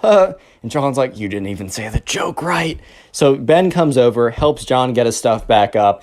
And Ben's like, man, what did I tell you? You don't want to be messing with that bully, man. And John's like, you know what? I've had enough of not messing with them. You know what? This is war, man. This is war. And maybe I'm going to be the first one, and maybe I'll be the only one to stand up to this kid. But you know what? I'll be damned if no one else stands up to this kid. I'll be damned if I let this kid like bully me again. And Ben's like, okay, we'll have fun being tripped. And John's like, well, it's not very funny, Ben. And Ben's like, I'm serious. Like, this kid's going to go hard until you stop. And then John's like, well, I'm not going to stop. So the next day rolls around, right? And, John goes into school, and he doesn't really think anything of it. And he goes into class, and this kid is just staring him down the entire class. And John and Ben are sitting together. And this isn't like an activity class. This is kind of a sit there and listen to the lecture class. And Ben kind of leans over and whispers, John. John's like, yeah, what's up, Ben? And Ben's like, dude, the bully's staring at you. And John's like, dude, I know. His eyes are piercing the back of my skull. Sure enough, right, the bully has just been like staring at John, kind of smiling. And his two little minions are like staring as well. And the substitute teacher at the front of the class doesn't seem to be paying any attention to this. Little did you guys know he actually is, but that's for later in the story. He comes in to be pretty epic later on. But anyways, John's like, you know what? I don't care, Ben. He can stare at me all he wants. If he really wants me like that, I'm going to have to let him down softly because I don't want to hurt his feelings. And Ben's like, dude, you're getting yourself in really deep. I don't know if this is a good idea.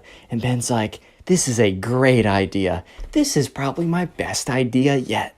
It was maybe not John's best idea yet, because John gets up to leave and he's very careful not to trip over anything. And that's when he's met at the end. Like, as soon as he leaves the classroom, he bumps right into the bully who's standing there. He's like, oh, hello there, John. And John's like, hi. The bully's like, well, you know, I don't know if you're available this afternoon, but I just gotta have a word with you this afternoon. John's like, I'm actually busy. I got to go home. And the bully's like, I think you'll find time. And then the bully and his minions walk away. And Ben walks up to him. He's like, John, what just happened? And John's like, dude, what? He just came up to me and said, am I free this afternoon? And Ben's like, oh my God. And John's like, dude, what? He just said if I'm free this afternoon. And Ben's like, dude, no. And John's like, dude, what is going on? And Ben's like, bro, that's what he tells people before he beats them up, bro. And Ben's like, dude, what? And John's like, yeah. Or John's like, what? And Ben's like, dude, you gotta hide. And sure enough, John is starting to take this a little bit more seriously, because while the bully is not that harmful, like physically, when you don't push back, in the rare cases people have pushed back, he is trying to continuously like show his authority, basically show his dominance, or however he chooses to do that. So Ben and John are like, John's like, all right, well, you know, this probably isn't a good idea. We got to find a way to sneak out of school, because there's like one main exit and kind of like the place where people get picked up, because John rides the bus, right? There's like a place where the bus always arrives, but to get there, you have to go through this main hall. And Ben and John sit down and realize that the bully is most likely going to try and intercept them in the main hall and like pull John aside and, you know, give him a few 1-2s, you know what I mean?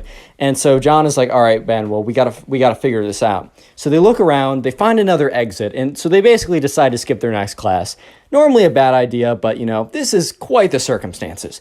So they're looking around, and, you know, they look and they're like, oh my God, here's another exit, and then they see it's a fire exit. So if they push this, they'll push the fire alarm, they'll get in a ton of trouble, it'll just be it'll be a bad situation, right? It'll be a bad deal. Real quick, if you made it this far into the video, comment bully down below, and I'll try and heart as many comments to say that. I just want to see how many people, and I also want to see the names and the faces of the people supporting this channel by watching this far. If you don't know, the best way to support this channel is just by watching the videos. It's called watch time. YouTube really appreciates that. So if you want to really support the channel, maybe now or later, sit down and watch 2, 3, 4, watch as many videos as you possibly can.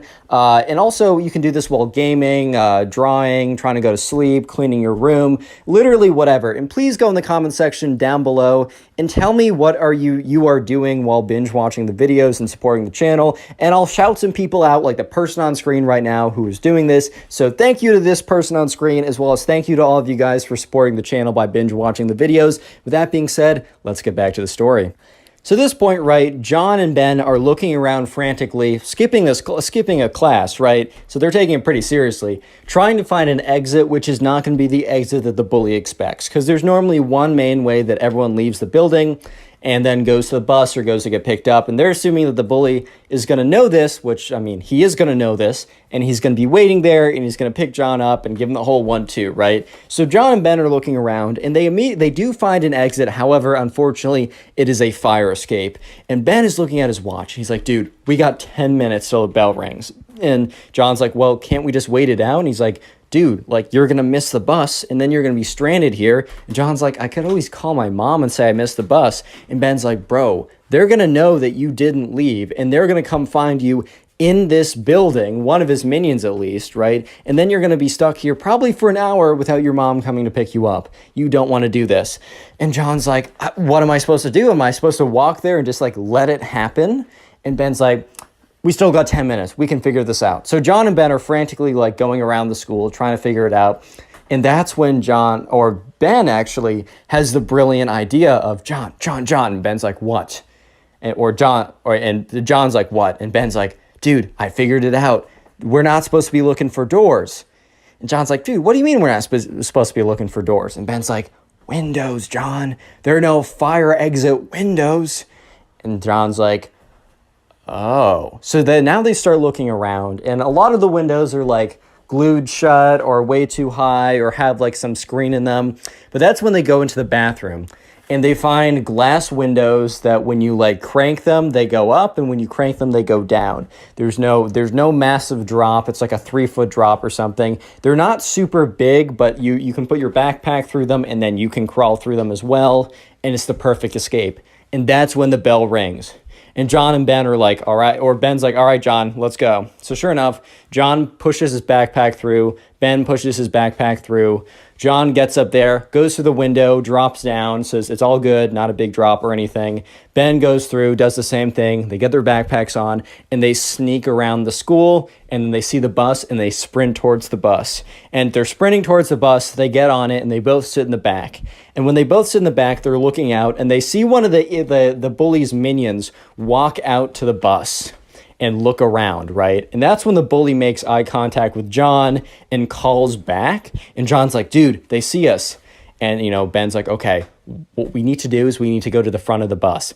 And John's like, why would we need to go to the front of the bus? He's like, shenanigans happens in the back of the bus, John. And John's like, okay. And then Ben's like, the bus driver will not allow this kid to beat you up in the front of the bus. And John's like, all right, totally fair. That makes a lot of sense. So John and Ben go all the way up to the front of the bus. And that's when, as they're about to leave, the bully gets on and says, oh, John, I thought we were having a little date this later tonight. And John turns to Ben and he's like, see, I told you he's into me. And Ben's like, pay attention. And the bully's like, so sad that you had to avoid us. Well, I'll be seeing you tomorrow. So anyways, the next day in history class, John and Ben are sitting together, and the teacher is handing back, grades from a test that, was administered the week before. And the bully was sitting behind this girl. Let's just call her Caitlin for the sake of this. She doesn't really come up again, so I'll call her Caitlin, and if I forget, who cares? So the teacher's giving back the tests. And, John and Ben did fine. John got an A-, Ben got a B, like totally fine grades. And when the teacher gives the test back to Caitlin, Caitlin ends up getting a C. And, C is, I guess, fine enough. It's not a grade you should be shooting for in a lot of cases. Maybe some math classes I can understand. But either way, Caitlin was really not happy with it. And the bully turns around and is like, oh no, the waterworks. And Caitlin starts crying a little bit. The bully's like, oh no, did you disappoint your parents again by doing bad? Well, next time, just try harder, Caitlin. And the bully turns around and his minions are laughing. And, John is like, dude, this guy's legitimately the worst. Do you see why I'm standing up to him? And Ben's like, are you really standing up to him? Like, you're just running away from him at this point. And John's like, what would you do in my situation? And Ben's like, I don't know, be a bystander, stay quiet, like keep my head down and wait till I get to leave middle school. And John's like, that's not the point, Ben. That's not the point. This kid is doing this and we're allowing it to happen. And, Ben's like, yeah, we are. It sucks. What do you want us to do? John's like, I don't know. And no one was noticing, but the substitute teacher was starting to really pay attention to everything that was going on in class, right? So after school again, John and Ben, they're going around, they're walking around, and they're going to the bathroom, right? And they're skipping the last class, or they're leaving 5 minutes early from their last class because they have to get quote unquote picked up early. They faked like a absentee note from their parents or whatever. So they're out of class 5 minutes early, and they're both walking to the bathroom. And that's when they run into the substitute teacher. Substitute teacher's like, hey boys. And they're like, hey, Mr. Davenport. And Mr. Davenport's like, boys, I don't think you're supposed to be out of class yet. And, Ben's like, yeah, well, we have a reason. And John's like, no, we left class early. And Mr. Davenport's like, boys, you can't be doing that. And that's when John's like, you know what? Screw it. I'm just going to tell him everything. So John lays it out and tells him literally everything. And Mr. Davenport's like, wow. I was starting to pick up on some themes going on as well as, what, the bully did in class to Caitlin today, but I didn't know it went down that deep. Are you boys able to get any evidence for me? And, the kids are like, what? And, the substitute teacher's like, yeah, I've actually been putting together a bit of a file recently on this kid. I was a little disturbed when I saw him trip you, and I wanted to really, really get some. I wanted to stand back. I wanted to be a bystander. I wanted to watch what was happening so that I could collect enough evidence so that this kid, who seems like a real systemic problem, could be dealt with properly. And at this point, right, John's like, wait, so you saw that all?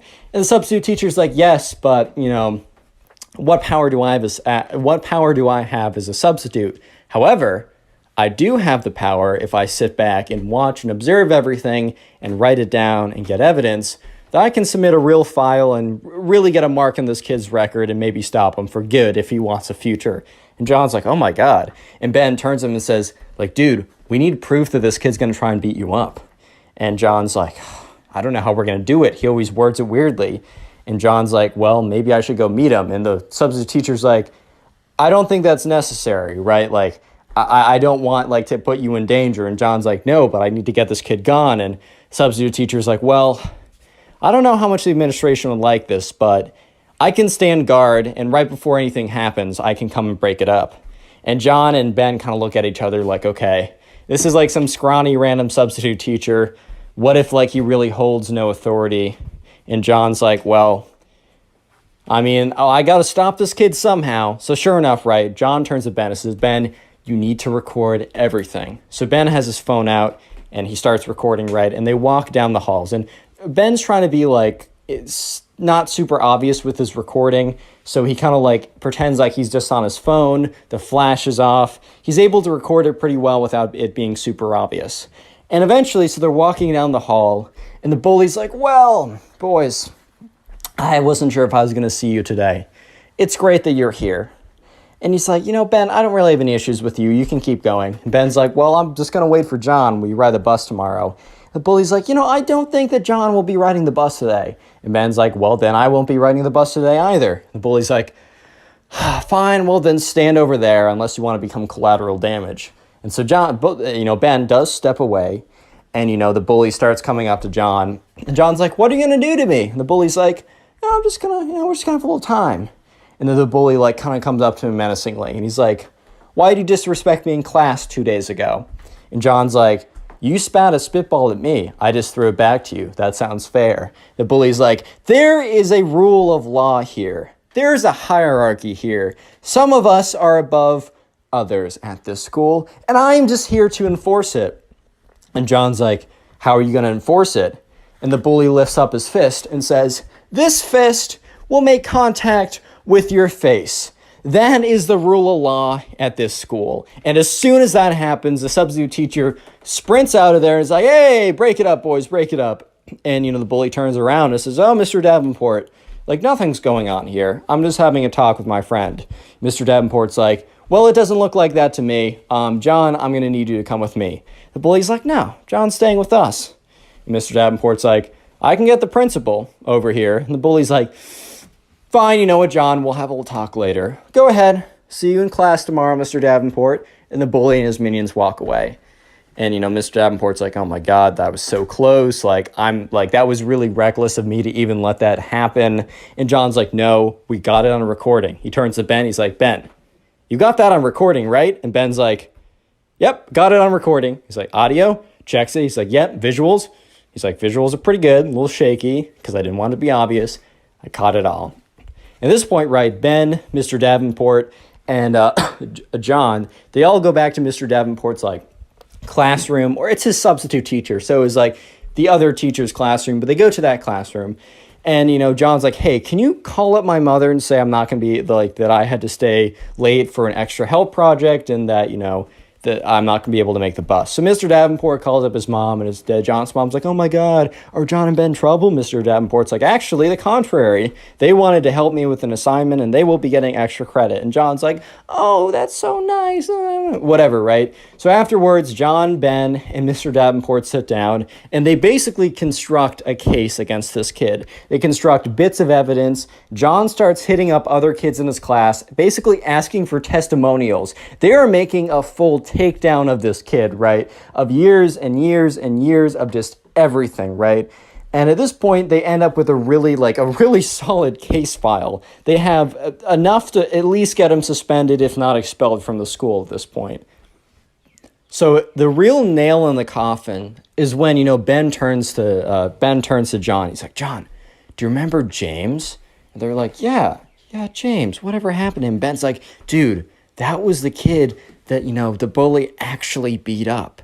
And so basically, right, there's this kid who they haven't spoken to in a while, but there was like a rumor that like the reason why he was gone for a week is because he was in the hospital and like because the bully like beat him up. And when he tried to like say that like, oh, the bully did it, the bully was able to weasel out of it.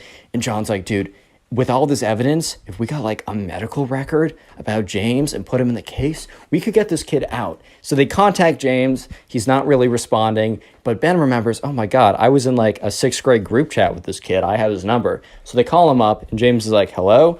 And Ben and John say, hey, I don't know if you remember us. They explain everything. And James is like, look, this kid has been giving me grief for the longest time ever I tried to rat him out.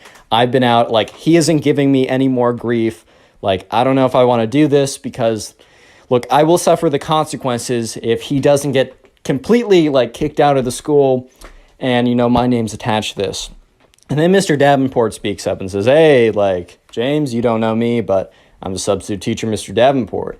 I happen to be decently good friends with, the teacher, well, to say Mr. Kavanaugh, that was the name I gave him. With Mr. Kavanaugh, it's one of the reasons why, he recommended me to come in for this week. And he said, I will make sure that this kid gets, expelled. And the two boys were looking at each other like, wow, like, this guy's serious. And, James is like, all right, well, I don't know how much I can help, but I can definitely get you the medical records. And they're like, can you do it by tonight? James is like, yeah, I'll talk to my parents, but we'll see. And John and Ben were like, all right, we'll see. Thank you so much. Like, tonight would be the greatest. We're trying to get this in by tomorrow, and things might leak if we don't. So anyways, later that night, Mr. Davenport's like, all right, just send me the stuff on your school email. It doesn't matter. It's on school email. I don't care. So sure enough, right, the next day or that night, James sends them like a medical record. He said, this is the date. This is the injuries. Like this, like it wasn't enough to put this guy away, or not put this guy away, but get him suspended before.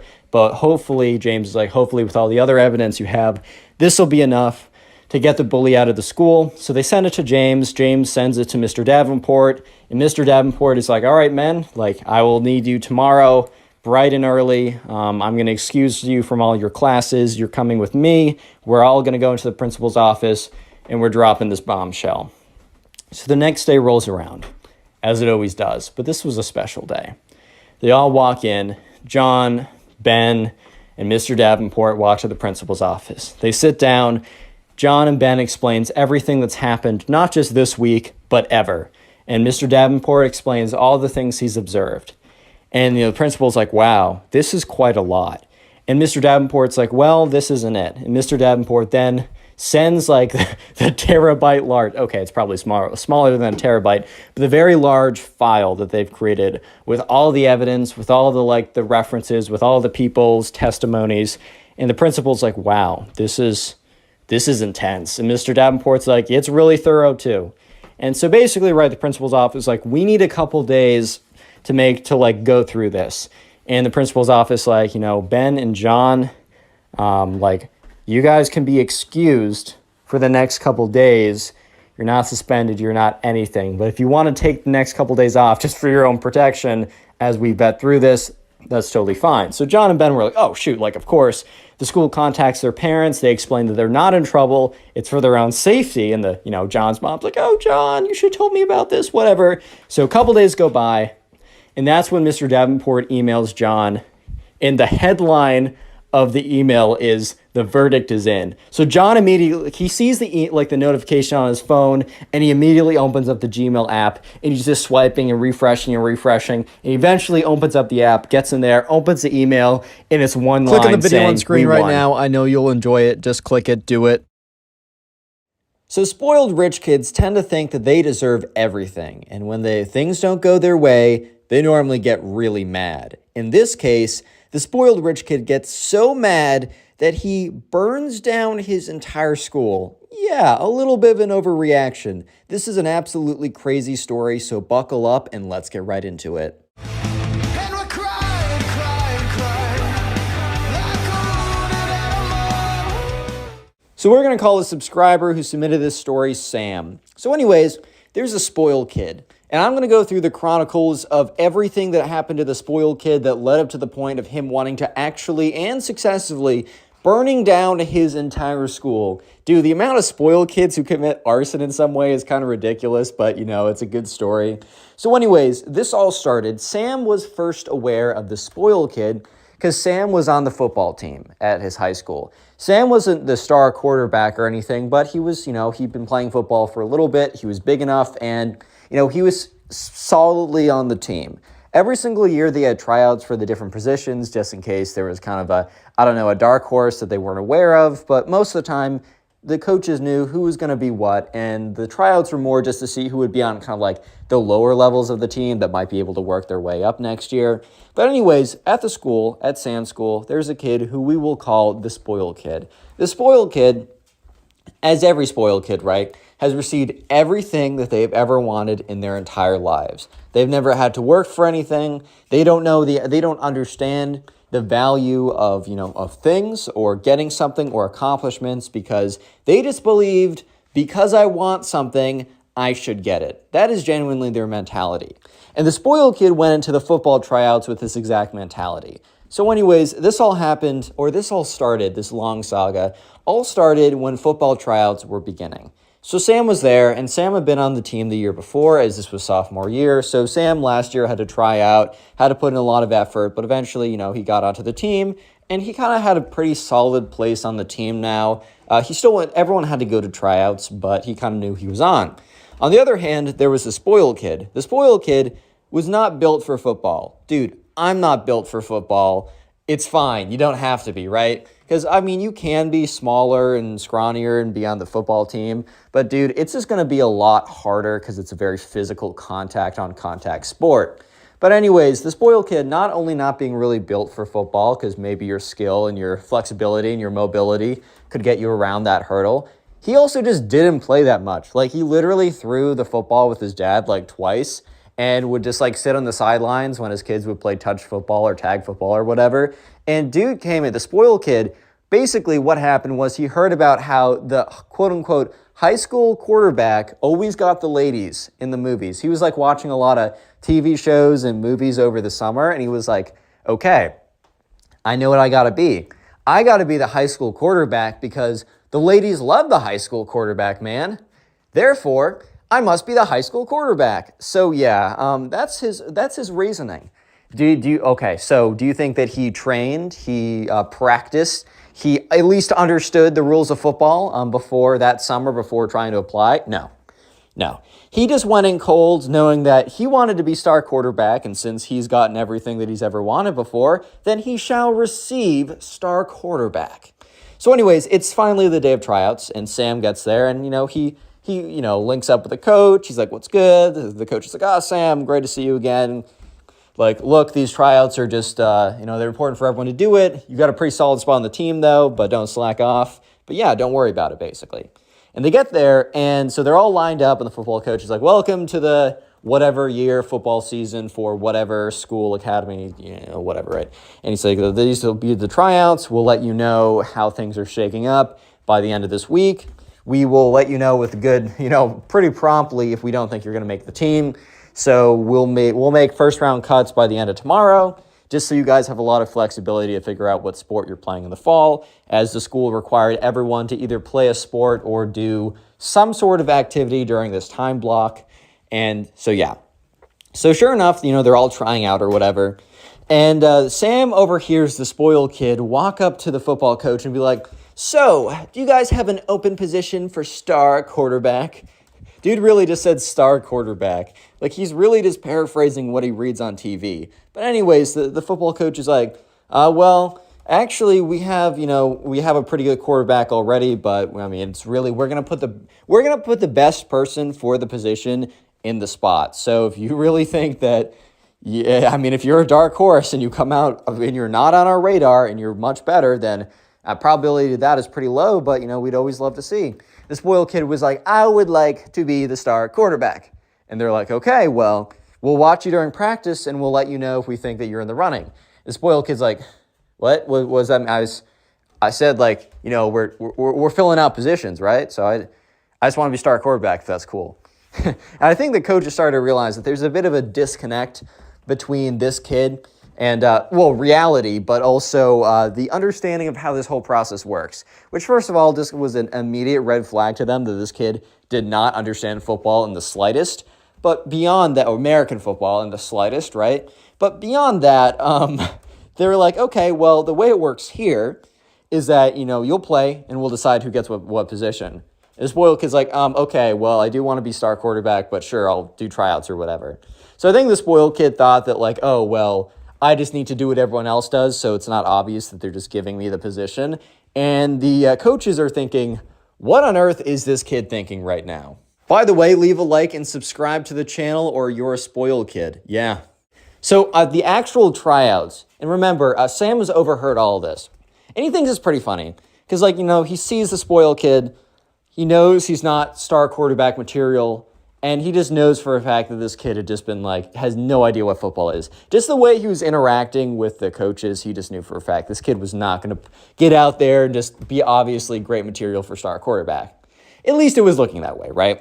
So sure enough, they get out there and they're doing, look, I didn't play, American football as a teenager. I went to some games, and I actually still go to games right now in college. It's actually quite a lot of fun, even though I don't know what's going on. I know I want the bigger score, and I want the enemy team to have the lower score, something like that. It's not golf. It's not the other way around. So they go through tryouts, whatever that entails, and it is super, super obvious that the spoiled kid has, one, no idea what he's doing, two, no idea how to throw a football, and three, is just probably not even going to make the team. Won't even make the bench, which was it was actually kind of competitive to make the bench. They had a pretty good team, but he wasn't even going to be close to making the bench, which if you're not even close to making the bench, you are not even close. You're not even the same planet, right? You're not even on the same planet to make star quarterback, bro. That's crazy. So by the end of the day, right, what the coaches said was they were going to tell people at the end of the second day who was making cuts, right? But the coaches just saw such a blatant discrepancy between the ability of the spoiled kid and what he was wanting that they thought it was, kind of important for them to at least let the kid know that things probably were not about to go his way, correct? Things were probably not about to go his way. So Sam overhears the coaches going up to the kid and being like, "Hey, what was your name again?" And he's like, "Spoiled kid." They're like, "Oh, spoiled kid." Yeah, not obviously his name, but you know what I mean. And they're like, "So, we're watching you out there with your performance. We just want to let you know that, we're happy for you to keep trying out and maybe get on the team." They knew who's not going to get on the team, but they're like, "We just think it's really unlikely at this point that you're going to make star quarterback. It's a very difficult position. We're not saying that you will never make it, as maybe if you make the team, you'll be able to make your way up there, but we think you need a bit more practice." The spoiled kid's like, "I don't understand. I said I wanted the star quarterback position. Like, I asked nicely." And one coach laughs a little bit and then stops laughing when he realizes that this kid isn't joking. The other coach kind of knows right away that this kid he's one of the spoiled kids who's just received everything that he's ever wanted. He's never been told no. And so the coaches have to inform him that simply that's just not how it works around here. That it's not you ask to fill a position and you will fill a position, and it is really a skill-based position, and you will show up and demonstrate your skills to see if the skills, match. And so by the end of it, the spoiled kid was starting to get really mad. He's like, "I don't understand. I asked you guys real nice. If I could be star quarterback, and you're saying no. How on earth am I supposed to get all the ladies now?" And they're like, "Son, like, If your only intention to be star quarterback was to get all the ladies, then maybe being star quarterback in the first place wasn't a good idea. And also, son, if your intention is to get all the ladies, probably not the most efficient way is to dedicate your entire life to American football right now to try and get the 5% chance if you spend all the time from here on out to get star quarterback. Like, there are better ways to go about that at this point in your life. And the spoiled kid was super angry, cursed them out, and stormed off. And the thing is, Sam overheard him, and he was mumbling, "They're all against me. They all hate me. Oh, I can't, sorry, my brain broke. Every other time that I've asked for something, I've gotten it. And now I ask, and they're not giving it to me. They're taking this away from me. They are," and then he kind of like goes off mumbling into the distance, right? So this was Sam's first interaction with the spoiled kid. But it simply does not end here. Because the spoiled kid at this point knows that he's not going to make star quarterback, but that doesn't stop him from wanting to ask out the prettiest girl at the school. We're going to call this girl Caroline, right? So Caroline was kind of not notorious means famous with like a bad nut. She was, but she also wasn't famous. I don't know how to say it. She was just well known at the high school as being like the beauty queen, I guess. I don't really know. I don't know if you guys like back in the day had that like one girl in your class you're like, dang, like she's definitely like on top of the food pyramid here. I don't know how else to say it. Sometimes it's not very clear, but sometimes it really is. Like there's that one girl. And right, the other thing is Caroline, that kind of definitely went to her head. She definitely was aware of it. As, you know, just the way that every guy treated you, and, you know, the girls either completely did anything you said or they hated you. At that point, you kind of became self-aware. She became self-aware and used it. Like, she wasn't known as a great person. She was just known as winning the genetic lottery, right? So right off the bat, Caroline was very, very picky. And she was definitely the type that would have only gone for the star quarterback. And if anything, she was just probably already talking to the star quarterback by the time the spoiled kid wanted to get, you know, throw his hat in the ring, right? And yeah, so Sam was like always kind of thought that Caroline was kind of pretty or whatever, but he knew better than to try at this stage in life. He's just like, no, you know, look, the things that she values do not align with me. I'm just not this, she's just not going to say yes to me because I don't have enough clout or whatever stupid stuff, right? High school rules are stupid, but, you know, there's nothing I can do about it, so I'm just going to let it be. However, the spoiled kid did not realize this. Or maybe he did, but he just thought because he's always received everything he's ever wanted, so might as well, you know, ask for this and receive as well. I mean, who knows? Why wouldn't that work? So yeah, the spoiled kid decides that the best way, you know, actually, I'm going to give you guys a little bit of a question and answer. So the question is, how is the spoiled kid going to try and basically woo this girl into liking him? A, he is going to make the effort to start to speak to him. And comment down below before you hear it out which one you think it is. A, he's going to make the effort to go and talk to her. He's going to really put in the time to speak to her. He's going to learn about what she likes and craft conversations based off of that. He's going to show his best face forward. He's going to be polite, yet he's going to be consistent and persistent with what he does, with his trying to like talk to her, all that kind of stuff. He is going to be, and then he's eventually going to ask her out on something a little bit more formal, a little bit more formally romantic. I don't know. Go to the movies, get ice cream, something very nice. Or B, he's going to not talk to her at all, but then make a massive scene in front of all of her friends with a big, like, basically he's going to do something crazy and insane. If you answered A, God bless your soul, but no, it is B. Yeah, so sure enough, one day in lunch, the infamous day that will go down in history, Sam is sitting there with his two friends. They're eating whatever. They're probably complaining about the cafeteria food, being like, dude, this sucks, bro. But that's when they see, you know, or not that's when, but he sees that Caroline is sitting with some of her friends. The other two, like the second and third most popular girl, they're all sitting together. And it's very interesting dynamics, but high school dynamics are just weird in the first place. But they're all sitting there, and if you made it this far into the video, comment spoiled down below. Secret word of the day. By the way, I'm on Spotify. I don't know why I say we. These videos are on Spotify. Link is in the pinned comment. And if you're on Spotify, make sure you rate the podcast 5 stars. I think it gets help promote it in the algorithm. I don't know how Spotify works, my friend. I do not know. But anyways, Caroline is sitting with her friends, and that's when the spoiled kid walks in, and he has an electric guitar. You already know that this is about to go south. You already know for a fact that this is not about to go well. The spoiled kid walks in with an electric guitar and a bass boost. So basically, when he plays the electric guitar, it's very loud. And he walks in, and everyone kind of turns their head because it's not every single day that someone walks into the cafeteria with an electric guitar and a bass boost. It's just not every single day that that happens, or an amp or whatever, right? So he walks up, and like Caroline and her table looks over at him, kind of like laughs or whatever, talks to each other.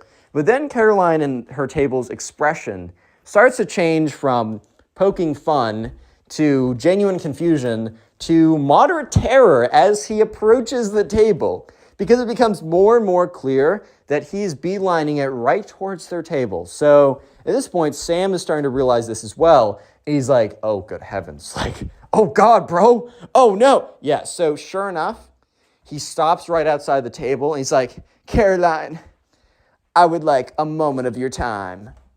And he's like, at this point, everyone stopped talking. Everyone has turned their heads. And everyone is staring profusely at this. They're just staring at this kid intensely. And he's like, Caroline, will you be mine? It is the worst thing you've ever seen. And I don't know what the rest of the lyrics are. I could totally make them up for you guys. But all I know is it's a lot of poor drum playing. Because here's the thing. Since he's a spoiled kid, he doesn't know how to play guitar. No, that would take time. That would take effort, which is one thing he doesn't know. And it would be so much easier for him to just go in to the guitar shop, buy the most expensive electric guitar, and think, oh, well, I spent a lot of money on it, then it should just play itself. So he's going like, boom, yeah, so that's about what it sounds like. Think of that, but like that's the nice version of what it actually sounds like. And also, he's just saying random stuff like, you're so pretty, you're so fine, will you be mine? Like, it is, I'm trying to like replicate how bad it is, but as uncomfortable as the thing I just did was, 10x that. At the end of it, he basically says like, will you be mine and go out with me on Friday night, and then just stops. Dead frickin' silence for a whole 10 seconds. Which sounds like not a lot of time, but you have to realize it is a cafeteria full of like 50 to 100 people that are all staring and watching at this. 10 seconds of pure dead silence is extremely difficult to come across. Like, it is extremely unlikely to come across. And yeah, let's just say that silence didn't last forever though, as literally everyone like bursts out laughing. Because bro, I'm not gonna lie, I might laugh as well if I hear that. Dude, all I'm saying is maybe this is not the best way to go about it. Look, maybe I'm wrong. Maybe the best way is to not talk to this girl ever, go up to her, completely embarrass her in front of everyone, show off that you don't know how to play guitar, show off that you don't know how to sing, show off that you don't know how to songwrite, and show off that you have no social awareness at all. Maybe that is the best way. Maybe I'm an idiot. Maybe I'm stupid. Who knows, dude? So, yeah, Caroline and her friends, instead of responding and saying no, they literally stand up and they walk out of the lunchroom like in single file line. Dude, when they say, oh, the worst thing she can say is no. Oh, no, dude. You are so wrong. So, yeah, the spoiled kid is literally just like standing there in the middle of everyone, right? With his guitar, his bass, whatever. Bad situation. And he's getting really mad. He's like, the only reason she didn't say yes is you guys convinced her otherwise. She was totally going to say yes to me if you guys weren't here, making her feel like she shouldn't. And everyone's like, dude, what? And he just like runs out of there. He's like, it's all your guys' fault. It's your fault. Basically pulling a Nico Cabo avocado, being like, it's your fault. Whatever, right? And yeah, so sure enough, right? This is not the end of it. Because the spoiled kid is so angry about this that he decides to go on a week-long vacation. Yeah, I told you guys he was a spoiled kid. And this means that, he has access to go on a week-long vacation to a tropical place if he wanted to. Even though he was a sophomore in high school, he went home. He's like, Mom, buy me a ticket to the Bahamas right now. I'm going to go. So yeah, sure enough, he doesn't attend school for an entire week because he gets on a private plane and he goes off to a tropical resort in the Bahamas. And he just kind of like messes around for a little bit. And he was like, oh, Mom, I'm so stressed out from school. I need to do it right now. And if you don't, I'm going to be so sad. It's going to be all your fault. Meh. So yeah, he's able to go on a private trip to the Bahamas, which is pretty cool for him, I guess. And the thing is, though, this was very bad timing because Sam and him had a class together. And in this class together, they had a pretty major test coming up. And they were going to spend the entire week going over important materials for the test. Sure, the spoiled kid, in theory, could have studied over his trip. I'm not going to say that wasn't possible. But we both know the spoiled kid. And we know for a fact that he is not going to spend his impromptu Bahamas vacation studying for a Algebra 2 exam. We both know that's not going to happen. So the spoiled kid legitimately misses an entire week of class, and the test was on Monday. So sure enough, the entire week goes by, and Monday comes around, and it's finally time for the test. They all walk in, and the spoiled kid is like walks in and looks confused because everyone's kind of like sitting in their desks. They are getting pencils out. They're putting their backpacks away. Instead of the more chill environment where people are kind of talking, they're very casually walking in. They have their computers out. No, these people are dialed in. So the spoiled kid looks around, and I think he whispers to someone like, what's going on? They're like, dude, we have a test. And he's like, what? So yeah, he sits down. The teacher starts handing out the test, and the teacher's like, spoiled kid, I haven't seen you for the last week. He's like, yeah, I was doing something. And the teacher's like, okay, as long as you cleared that with the front office, which I think his parents did, said, oh, he has a medical emergency, he can't be here or something, which is a lie. He just went on a vacation. But he didn't get in trouble for not being in class, but at the end of the day, if you're not in class, you're not in class. Ooh, genius statement, Connor. But that means he just didn't get the information, right? So he sits down, and bro completely bombs the exam. It's not like he was really trying that hard beforehand, but missing out of an entire week of really dedicated review kind of messed him up a little bit. And he got completely destroyed on this exam. But the spoiled kid wrote on top, like, I wasn't here for a week, so I should get plus 40% for all the stuff I missed. Because the thing is, like, Sam, when he went to hand in his test, he handed his test in right after the spoiled kid did. So he saw what the spoiled kid wrote on his exam, which he was like, dude, just because you missed time doesn't mean you should get bonus points on it. Like, why should you get compensated for not being here and going on a fancy vacation instead of, suffering through class like all the rest of us have? No, like, that's obviously ridiculous. And Sam knew for a fact that he was not going to get a 40-point boost for not being here. Like, if anything, he's lucky he doesn't get any points deducted from his participation for not being there for a week, dude.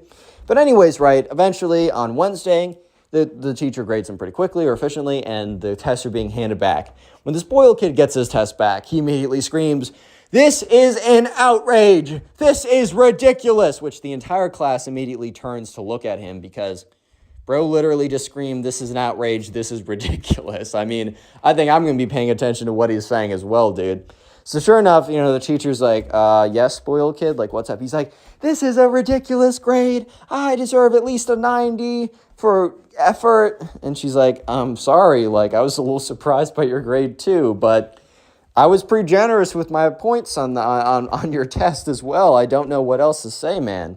He's like, you know what? I'm sick and tired of this school. All you guys hate me because I'm rich. And everyone in the class is like, what?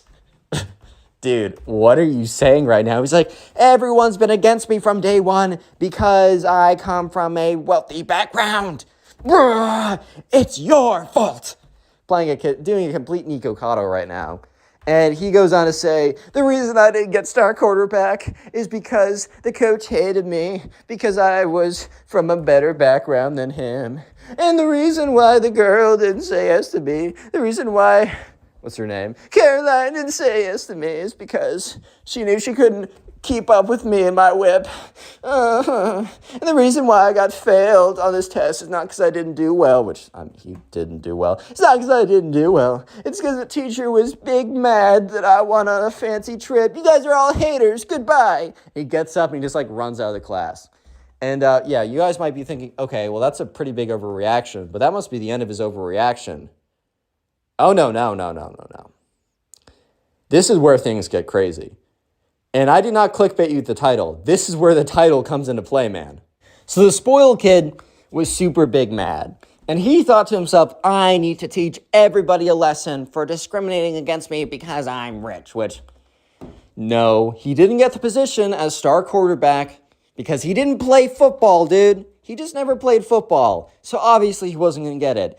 He got rejected by that girl. Well, one, she probably wouldn't have said yes to him in general. But also the way that he asked her out was super embarrassing for her. She doesn't even know who he is, and this is the only impression she has.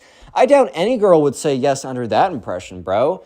And finally, he failed his final exam because he was so mad about the last two things that instead of attending class and or studying, he went on a big long vacation because he could. Because, you know, he could. He's going to do whatever he can or he wants because in general, he can get whatever he wants. But the spoiled kid had twisted this reality into everybody's against him, and he needs to teach them a little bit of a lesson, which I think the spoiled kid just doesn't understand the difference between teaching someone a lesson and burning down the school. But yeah. So anyways, the spoiled kid somehow gets access to gasoline. What the frick, bro? He gets access to gasoline and matches and a lighter. And yeah, this is where things get, okay, I'm going to put this disclaimer in because I think I have to, but also I hope you guys aren't literal 0 IQ individuals. Don't do this, okay?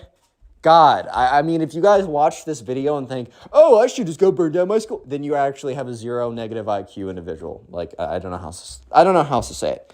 But I think I'm just going to say it just because, right? So anyways, the spoiled kid, so Sam's in class one day, and the fire alarm goes off, and he's like, oh, okay, whatever, this is like, cool. I get to get out of class for another stupid fire drill. So they all get in line, and Sam realizes that this is not a fire drill because it's like the air around him is less clear. It is dense. It's not smoky yet, but it's like dense, and it's a little hazy, and he smells a little barbecue in the air. And that's when he realizes, oh, word, this is actually an actual fire, bro. Like, this isn't some drill that's annoying, that genuinely is just made to make us, like, waste time, basically. Oh, this is legit.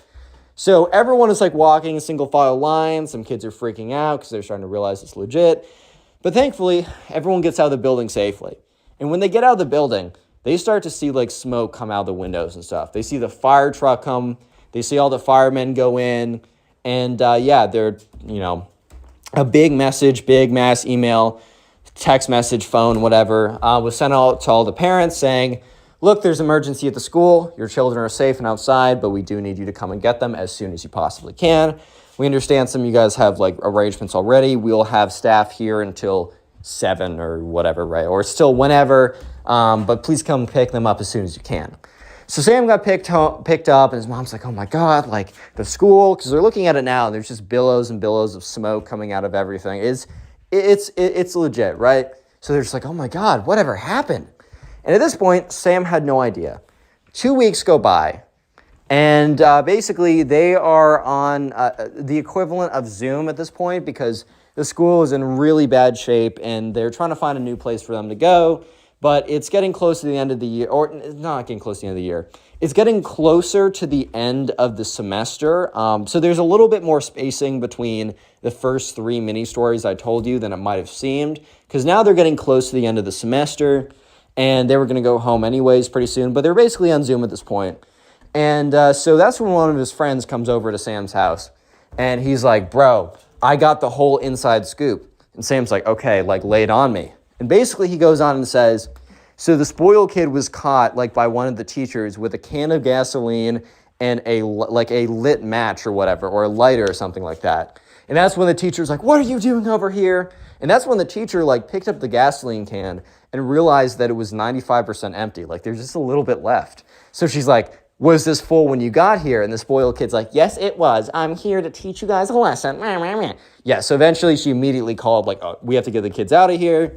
And then immediately, like, fire alarm went off like 30 seconds later. It was crazy. So yeah, the kid was, the school got, school investigation, police investigation, The spoiled kid no longer goes to that school. He's underage. He's not 18, I should say. So it's kind of a weird litigation of what actually happens with him.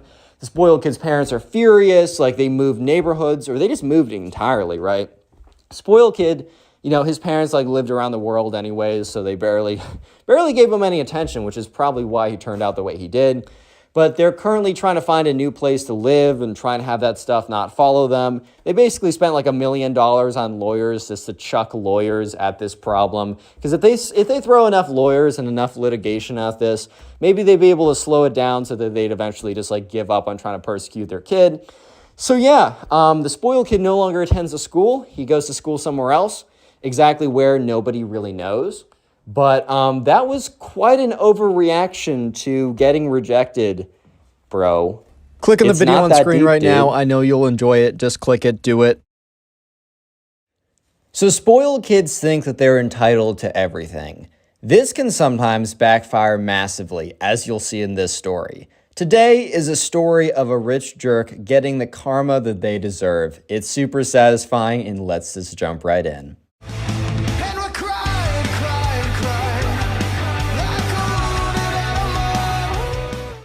So we're going to call the subscriber who submitted the story Ava. So anyways, Ava was a senior in high school, and most of the time, by the time senior year rolls around, you're not getting a lot of new people into the school. However, there was a girl who recently moved into the area code, so she started high school senior year with this new high school, right? So immediately off the bat, it's a tough start. It's tough if you move in like to a high school, especially at the end. I mean, even if you come in freshman year, if this is a high school of people who've lived together for like the last, 14, 15 years, that's already hard enough. But to go in at senior year when basically most of the friendships have already been made, hard enough. We're going to call this girl who's coming in Sarah. So Sarah comes from a very, very, very rich background. And I just want to preface this, just if you have access to money does not mean you're a bad person. Of course not. I hope that's common sense. However, there are a lot of cases of, especially children or teenagers, when they're way too overexposed to money, it corrupts them, it makes them bad people, and that is really the job of the parents to step in and make sure that, you're raising your kid correctly, even if they have a lot more resources. So even though I might be bashing on Sarah a little bit in this story, it really is bashing on the parents here. So anyways, in Ava's class, there's a new girl called Sarah, and she gets in there, and from right away, the first, pulling up to the school, because kids would drive in, or maybe parents would drop off, some of them, right? There's this car, right? And they lived in a pretty middle-class-ish neighborhood. So when an actual Rolls Royce, yes, that's not going to roll off my tongue well. When a Rolls Royce drives into the parking lot, and for you guys who don't know, that is a very, very expensive car. Very expensive car. Even the cheap models are very expensive.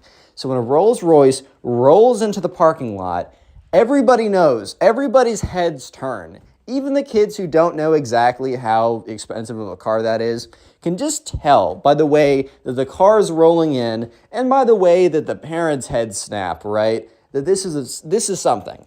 So a girl gets out of the car, and the girl happens to be Sarah.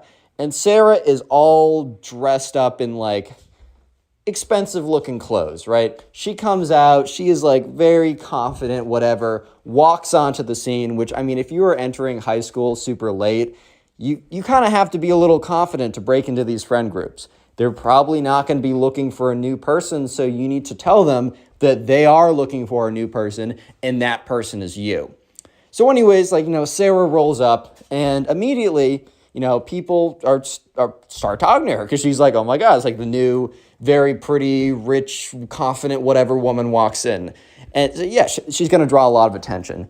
So she immediately gravitates to the group that Ava's already a friend of. So Ava's very, normal high school girl, nice, friendly, and the high school isn't too big, so a lot of the girls are friends with each other. There's 2 to 3 major groups or cliques of people that hang out, but it's not very rigid or anything. So there's a pretty big group of girls that Ava hangs out with. And Sarah, who will be very soon, you'll see is not a great person, clings on or starts to enter Ava's friend group.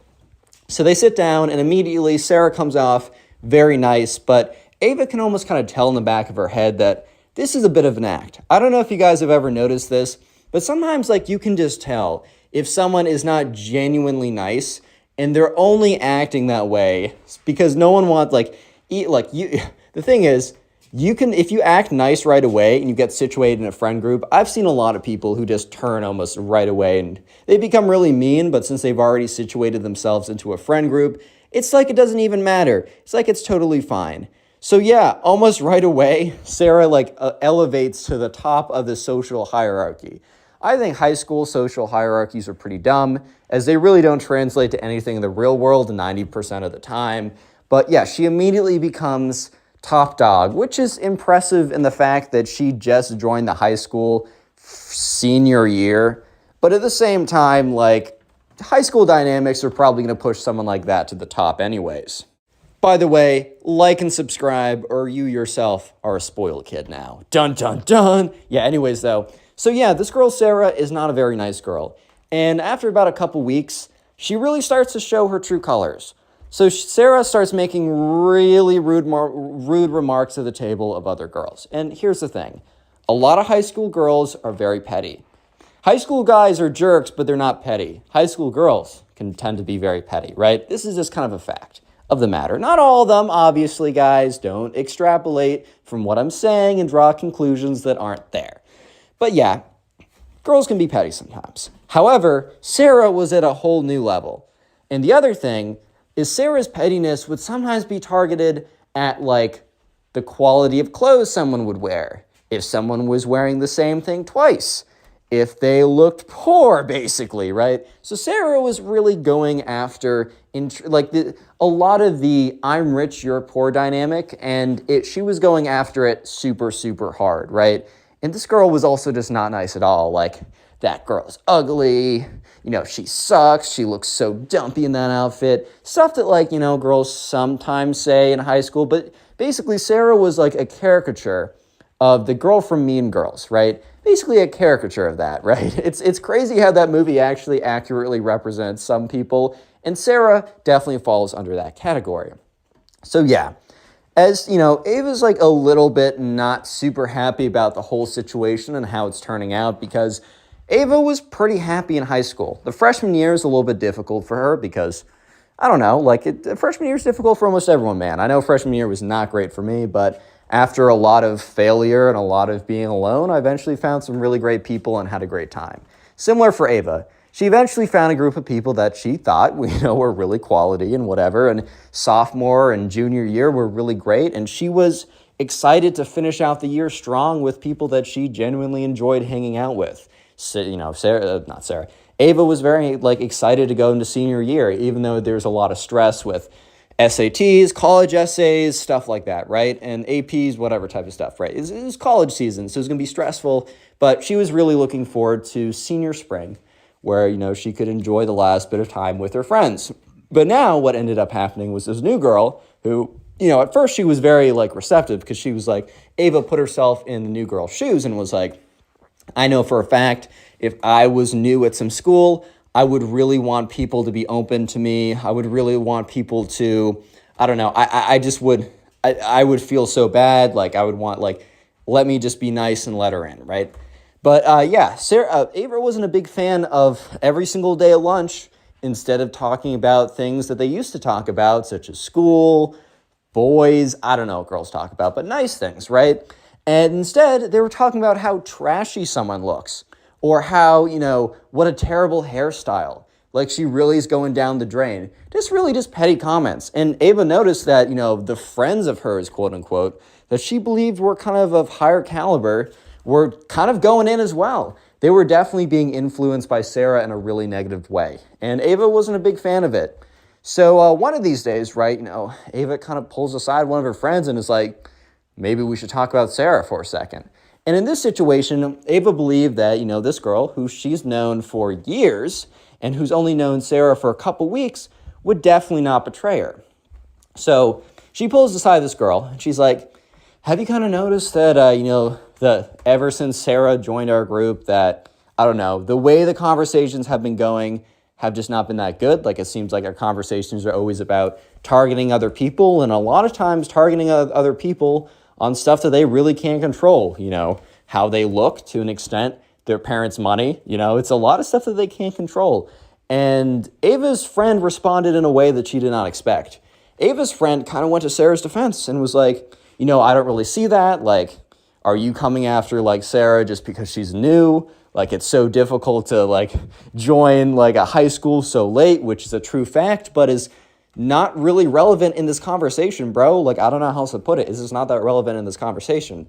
And Ava kind of, like, immediately sensed the hostility and was like, okay, I gotta back up a little bit. And she's like, oh, no, I mean, I like Sarah a lot. Lie. I like Sarah a lot, but I don't know. I feel like the conversations have been a little bit of a downer recently. So the next day at lunch, Ava sits down, and she immediately feels something is wrong. And she almost immediately knows that the girl that she had been friends with for the longest time most likely pulled Sarah aside and told on her. Because there's this kind of this like awkward tension of like all the girls and Sarah, and then there was Ava. There was almost like, I don't know if you guys have ever felt this. I've witnessed it. I don't know if I've never necessarily firsthand felt it. But when everyone knows something about you, but they don't, like, it's like it's as if there's like a divider between the two of them. And it was just awkward when it normally wasn't awkward. And Ava knew that she was the reason why it was awkward. So yeah, they had a pretty bad lunch or whatever. It wasn't great. Like, Sarah would kind of like whisper, like they would all whisper to each other. It's very weird. Ava was like, oh boy, like this is just not good. And yeah, so later that day, Ava was walking to her locker, or she was going to do something. And her friends, or who she thought were her friends, right, were with Sarah. And they were all talking like together in kind of a circle. And they didn't know that Ava was there, because Ava was like around the corner or something. And Ava would have normally like just walked up to them or whatever, but she just, for some reason, decided to stop right before she turned the corner. And she just listened in for a second. And Sarah was like, Ava's looking so terrible today. Like, she's really gone off hill. Like, what does she think about that outfit? Like, I could have found that like in a dumpster. Just saying like what she was saying about every other girl, which I will say I have heard that in high school, this is not a generalization. This is just from the girls I'm friends with. A lot of them do happen to say not so nice things about their friends, but Sarah was going in deep. She was going in hard. And it was super, and then like one of the other girls, the girls that Ava pulled aside was like, yeah, Sarah, I can't believe like Ava was going after you when she looks like that, ha, ha, ha, whatever. And Ava was like, wow. She kind of backed away. Ava didn't want to hear any more of it because she knew the rest. She knew the extent. She's just like walking away, and she's thinking to herself, wow, like those are people that I considered as my friends. Like, I genuinely believe that those people were like my friends. Like, I thought that those people were good quality. I thought that like I was going to have a great time with them. And Ava definitely thought a little bit, okay, they're being brainwashed by Sarah to an extent, but only to an extent, dude. But at the end of the day, it's their choice. Like, this is their choice to make. Sure, they want to be like with the new cool girl. They want to do what she says. And it's very tempting, but you still have a choice in the matter. You always have a choice. And Ava's like, wow, I got to find new friends, right? And so sure enough, over the course of the next couple months, Ava just like would start to like intentionally talk more to people in her classes, because she was always very nice and very friendly, but she would never go out of her way, because why would she? She already has a good group of friends, or so she thought, that she was secure with. So now she would like ask people to hang out after school, whatever. And after months and months, she eventually found a group of people that seemed a lot more down to earth, a lot cooler, and also really hated Sarah and her group, right? Just, I mean, they weren't like, I don't know, talking smack about her all day, because then they wouldn't be any better than Sarah, but they would, whenever Sarah and Ava's ex-friend group would come up, they'd be like, yeah, those girls are so petty, like they're so mean, like that's ridiculous. So yeah, Ava found a pretty good group. And the thing is, though, this story doesn't end here. This story goes on for the entire year, but you might be thinking that, Connor, I was promised a funny karma, epic, rich, spoiled kid gets destroyed moment, and I guarantee you that will be coming. All you got to do, real quick though, comment. What should I make you guys comment? Comment tree down below, because I'm looking at my Christmas tree right now. So comment tree if you made it this far into the video. By the way, these stories are on Spotify. It's in the pinned comment. And if you're listening on Spotify, please rate 5 stars. I'd love you for it. Kiss. Anyways, so yeah, college application season. I mentioned very briefly that they're in the midst of college application season. And going to college is a choice. I think if you know what you want to do, it is a much better choice than going in not knowing what you want to do. But I think that's also totally fine as well. As long as you understand the debt you're taking on and the risk to reward, as long as you understand it, I think that's totally fine. I also think that choosing not to do college shouldn't be as stigmatized as it is, as the ROI for college is not as clearly good as it used to be for everyone. However, especially in kind of like, well, especially in wealthier communities, not just going to college, but which college you go to is almost like another status symbol to put on your chest, right? So the parents of like kids, especially in the wealthier communities, tend to really care a lot, even though their kids probably benefit the least from going to a good name college, right? It's just kind of how this works.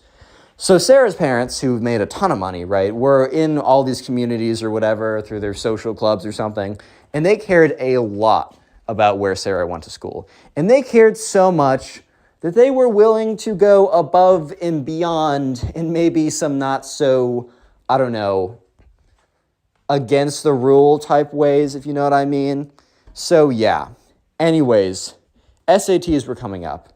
And I think the last time you can take the SATs or something is like October, or there was some major test, something that was SATs, AP, whatever, honors types, whatever, right? So this happened before you submit your college applications. And basically, Sarah was an okay student. She was smart enough, but these people wanted to get her into, the top United States institutions of whatever, right? You want to be in the top 10. If you're not in the top 10 rankings, then you're trash. Something stupid, right? So they wanted to get into a really, really good school. And they met with like Sarah's parents met with like college counselor prep type people. And they looked at Sarah's results and they're like, yeah, dude, I don't know how to break it to you, but your daughter is not getting to Harvard, Stanford, Yale combination type thing with these grades. She'll do fine, but she won't get into that place.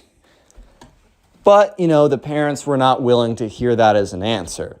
So instead of asking Sarah hey, we need you to do something really cool as an extracurricular, or we need a really banger essay, essentially what they do is they try and cheat her on one of the tests, right? They try and assist her to cheat on one of the tests. And Sarah was totally in the know on this because way after the fact, one of the friends that Ava was... So the reason why we know all these personal details is because one of the friends of Sarah, who used to be a friend of Ava, eventually kind of realized that she was being stupid and went back to Ava and was like, I'm so sorry. And Ava was fine with it or whatever. And they became friends and they talked over the summer. So the reason why we know these extra details about what went on here is because Sarah's ex-friend and Ava's ex-friend, now re-friend, told her over the summer, after the school year, everything that went down.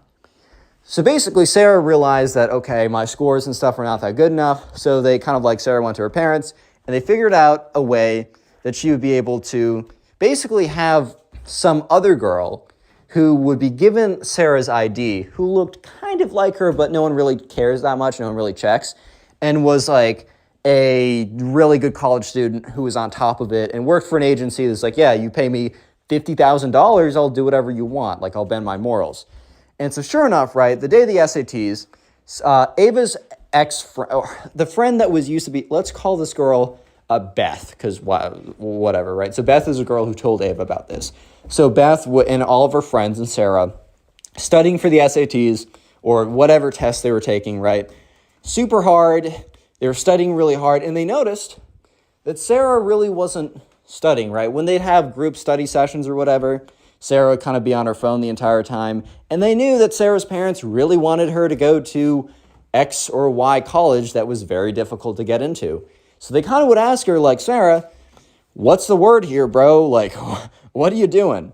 And Sarah's oh, no, I'm studying a lot at home. I'm just, texting whatever, some guy or something.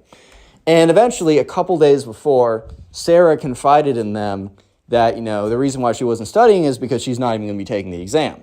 Because I think they asked, like, oh, do you guys want to meet up like an hour before the exam to get like breakfast or whatever and quick review or something? And they're all like, what? And Sarah's like, yeah, basically my parents found someone to take the exam for me. She's really good. She'll score a great score, whatever. And since these girls were like friends with Sarah, but also kind of like sucked up to her, bro, so they couldn't really say anything. That's the funny thing. They kind of trapped themselves into a place where they couldn't say anything because they didn't want to upset Sarah or whatever, right? So they're all like, oh, okay. But obviously they were all kind of mad because they had been spending all this time studying and Sarah would just have someone go in and take the exam. However, not all things, like something like that doesn't always work out seamlessly, right? I mean, we saw with the college cheating scandal or whatever that doesn't matter how much money you have, you still can get caught. This was not related to the college cheating scandal. This was a separate thing. So yeah, basically, Sarah had someone go in for her. They took the exam, but the person who was administrating the exam, after like the exam was handed in, they knew that something was up because the ID really didn't match the person. So after a further investigation, they figured out that Sarah was not the one who took the exam. And this was announced to the school. The score was voided. And Sarah was not allowed to take the SAT, whatever tests type thing or something. She was banned from it. She could not take this exam. So not only did she have like on her record that she tried to cheat on it, she just couldn't take it. And all the schools like that wanted it, like all the schools that she wanted, she probably wanted to go to some chiller school or whatever, which I get. All the schools her parents wanted her to get into so that she could brag about it, or no, not that she could brag about it, so that they could brag about it to their friends because they're always competing for the next greatest thing, even though that doesn't really bring them any happiness or fulfillment, right? She could no longer apply to any of them because they needed the test and they would see if they looked into it, or she gave a reason, oh, I just can't take the test. Oh, you can't take the test? Because you cheated? Of course we're not going to accept you. So basically, Sarah got screwed over majorly in this part, right? And because of this, her parents were super freaking mad, which they should have been mad at themselves for even saying that, like, my daughter needs to cheat to get into one of these institutions. Like, if she needs to, is it really that important? But anyways, basically, Sarah was, like, she was literally pulled out of school at this point because, Sarah's parents had multiple houses or whatever, and they basically were like, oh, like, you're taking a gap year now, we're redoing everything, like, whatever. They kind of panicked, and they said, there's no reason for you to still be in school right now. So they literally yank her out 2 weeks after she gets caught cheating. And so it's kind of a weird period where all of Ava's ex-friends, Beth and all those people, no longer have their cult leader, Sarah, to be like, to talk with or to lead them or whatever. And eventually they have a moment of like reflection. And slowly but surely, they all eventually come back to Ava and they're like, look, we messed up, dude. Like, I don't know, the allure of her, I don't know, she was so cool, and we really just let ourselves down, we're sorry. And that was fine. Ava accepted all their apology. Ava kind of meshed together her old friend group that low-key betrayed her and the new friend group. Maybe she shouldn't have done that, but she kind of was like, you know what? We're all graduating. We're all not going to see each other consistently again, like this at least. So why, let's just put this behind us. And Ava actually had a really good end to her high school experience. All the friends got along well. And moral of the story is, one, don't fall for someone because you think that they're cool and you become a jerk yourself. And two, don't cheat. Just don't cheat, bro. You're going to get caught. Spoiled rich kids think that they deserve everything. And when they don't get their way, they'll usually throw a fit. And in this case, by throw a fit, I mean commit frickin' arson, bro. Yeah, this story is absolutely crazy. So buckle up and let's just get right into it. So we're going to call the subscriber who submitted this story Ryan. So anyways, this was going to be Ryan's first time ever going to sleepaway camp. And I don't know if you guys have ever been to sleepaway camp before, but it's almost like a little bit of not a rite of passage, but it's your first time for a lot of kids being out of the house and away from their parents for more than one day. They might have had something like a sleepover before this, but sleepaway camp is kind of like the next level, right? And so anyways, Ryan definitely was going to have a very unique sleepaway experience, as you guys can probably already tell by the title of this video. So anyways, Ryan and his parents are, driving up to the camp or whatever. It's like camp something. And, he's driving up and he's kind of like, I'm a little nervous about this. Like, I don't know how I feel about it. And Ryan's mom's like, Ryan, you have nothing to worry about. Your father and I went to this camp when we were kids. That's actually the first time we met. I mean, basically Ryan's parents met the first time at the sleepaway camp, and then they didn't see each other for like 6 more years, and then they met again, and then they eventually like got in a relationship. But so it was very special to them, and they were really insistent that their son Ryan go to it as well, because they were both hesitant, but their parents forced them, and they thought it was a great experience, and they want their son to have the same thing. So they drive up, and they get there, and they start walking towards it, and Ryan's parents are reminiscing about the good old days or whatever, and they're like, oh, I remember, oh, the dining hall looks just the same. Like, I remember, like, we met each other and we sat under that tree, like, on our first night, or I don't know, like, stuff like that, right? So Ryan's walking in and, he's a little nervous, and he's looking at all these, like, families around with, like, you got the parents and their kids, and there's a lot of nervous energy and chatter going on, as you'd expect in the first day of an event like this. So anyways, they walk up to the table, where the person that kind of like the administrates or whatever is like, oh, like, hey, buddy, what's your name? And Ryan's parents is like, this is Ryan, last name. And they're like, oh, Ryan, last name. Okay, let me look. Ah, yes, you're in cabin B. So anyways, feel free to walk over there right now. I think some kids are already in the cabin. You'll meet your counselor that you're going to be kind of like paired with the whole time. And yeah, Ryan, it's going to be a great experience. I know you enjoy it. And he's like, all right, like, okay. So anyways, Ryan and his parents, they're bringing his like backpack or whatever, or a suitcase, going over to the cabins. And, Ryan's dad is like, oh my God, Ryan, like, I totally forgot. They must have renamed it. Like, they used to have different names for these cabins, but this used to be my cabin. Like, that's so awesome, whatever, right? So they go up there, they knock on it, the door's opened, and, sure enough, the camp counselor or the counselor that is, like, with them is like, oh, what's up, dude? Like, you must be Ryan, right? And Ryan's like, yeah. He's like, all right, all the other kids are already here. Come inside. So Ryan walks in with the parents, and he sees all the other kids, like, unpacking their stuff, sitting on the bunk beds or whatever. And the guy's like, all right, Ryan, this is your place right here. So he sits down, and right across from him is a kid that we're going to call Ben. Ben is the spoiled kid. Little does Ryan know that this is about to be one of the craziest weeks of his entire life, right? Little does he know this is about to be one of the most insane weeks of all time, partially thanks to Ben. So anyways, Ryan starts introducing himself to all the other kids, and Ryan's parents eventually are like, all right, and we're going to go. So Ryan hugs them goodbye, whatever. And so on the first, like, before, like, because they got there around like 3 or 4 in the afternoon, so it's getting a little bit late, but they're talking with each other. Ryan's starting to get to know the other kids. He seems to really like them at first.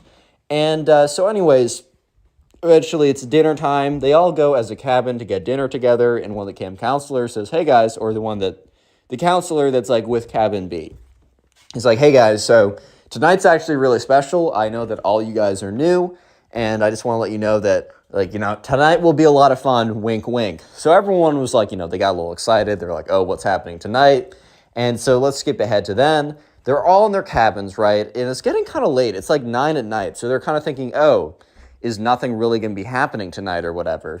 And they see the camp counselors, like, constantly checking his phone. I'm assuming that he's talking to the other camp counselors or other staff members, because it was like a no phones policy except for staff members, and they were set, like, it was like kind of a rule that the staff members could really only be using their phone to communicate with other staff members. They couldn't just be going on like TikTok or Instagram or something like that. So anyways, he sees that, like, Ryan sees that this guy's checking his phone a lot. And that's when Ryan hears a horn from very far away. It's like one of those blow horns that, like, I don't know, you could make. It's not like an industrial horn, but it's one that you'd, like, blow into and make a really loud noise. And, like, he hears a faint horn sound in the distance. And the camp counselor is like, all right, guys, that's a signal. Everyone get up. So everyone gets up, and they kind of, like, they don't go single file, but they exit the camp cabin in, like, a group or whatever, and it's dark outside, and they see other groups of kids walking out as well. and the horn is blaring. They hear this horn in the very far distance, and all the groups of like cabins, so cabin A through X, or I don't know how many cabins, right? They're all walking towards the woods. And as they walk closer towards the woods, they see a faint burning glow inside the woods. And they all get excited, and they hear drum beats like bum, bum, bum, bum. And then there's the horn like a meow, meow, and they all start walking in. It's really cool atmosphere, right? So they're all walking in, and they're just like, they hear the drum beats, whatever. And they see like a big roaring fire, and they're all instructed to sit around it, right? And Ryan already knows that this is going to be something special. So anyways, the leader of like the camp counselor leader, I'm just going to say the president of the camp. I think there's like an actual real name, but we're just say president of the camp. So, she gets up there, and after all the groups have kind of settled around, the drums stop and the horn stops. And she's like, all right, attention everyone. Welcome back to camp. I don't know. We're going to call it Camp Tree. That's a lame name, but okay, whatever. Welcome back to Camp Tree. This is our 223rd or like 115th year, very old camp, whatever. This is our 115th year of operation, and we're commencing the 116th semester, whatever. And everyone cheers, and Ryan's kind of clapping, looking around, like, all right, this is really cool.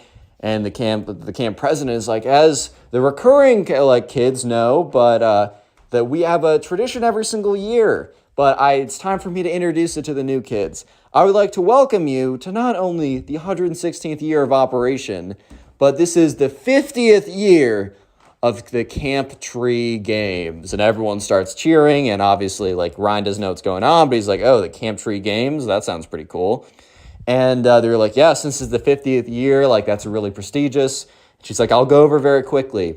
Throughout this week, at certain events, you will be challenged with different activities, and you will be awarded points based on your, the effectiveness of, or how well you complete them. By the end of the week, whoever has the most points as an individual will win the Camp Tree Cup, and you will forever be etched. Your name will forever be etched in the sacred wall or something. And she references there's this wall in where the cafeteria is, and when Ryan went in there, he saw this big wall that has all these names etched into it. And she's like, and especially if you win the 50th, that's a little extra prestige, as 50th is a very, it's more memorable than 42nd or something, right? So she's like, a lot of pressure for who's gonna win this year.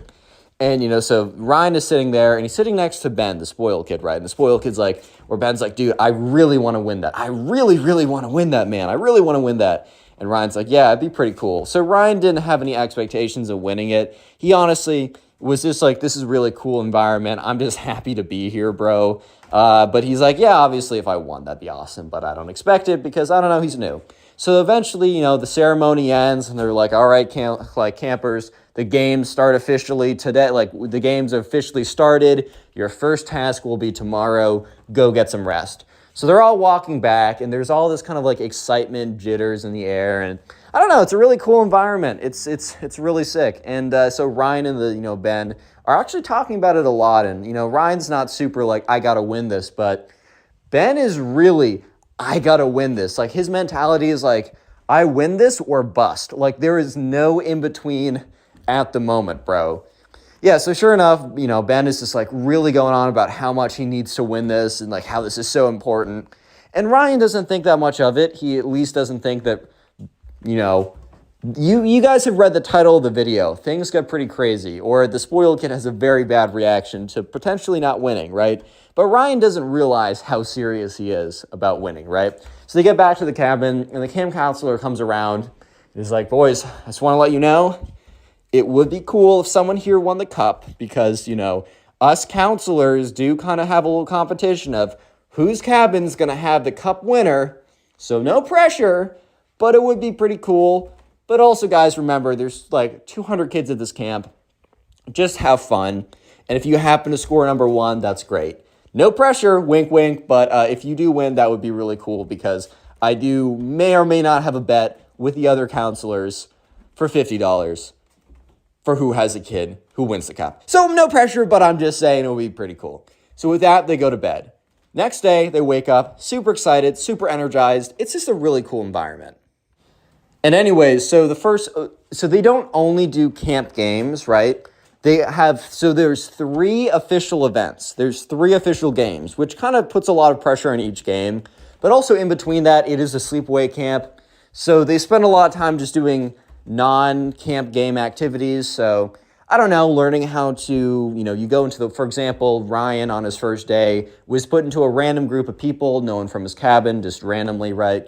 And they went out into the woods and they were given a bunch of sticks and they said, okay, you're going to learn how to make a lean-to, you're going to learn how to make a shelter if you need to in the woods with literally just sticks. Yeah, this will not be the greatest shelter, but it will keep you sheltered from the rain or any other, I don't know what it's called, any other like weather conditions or something like that. And Ryan was able to meet some new people and he was just genuinely having a really good time.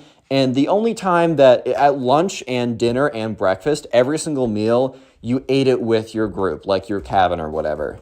Just because they really they want you to bond with as many people as possible. But the camp did believe that like you are the best, we're only here for a week and we want you to really bond with some people. So we're going to have you have the most time as possible with your cabin. So you're going to eat with them.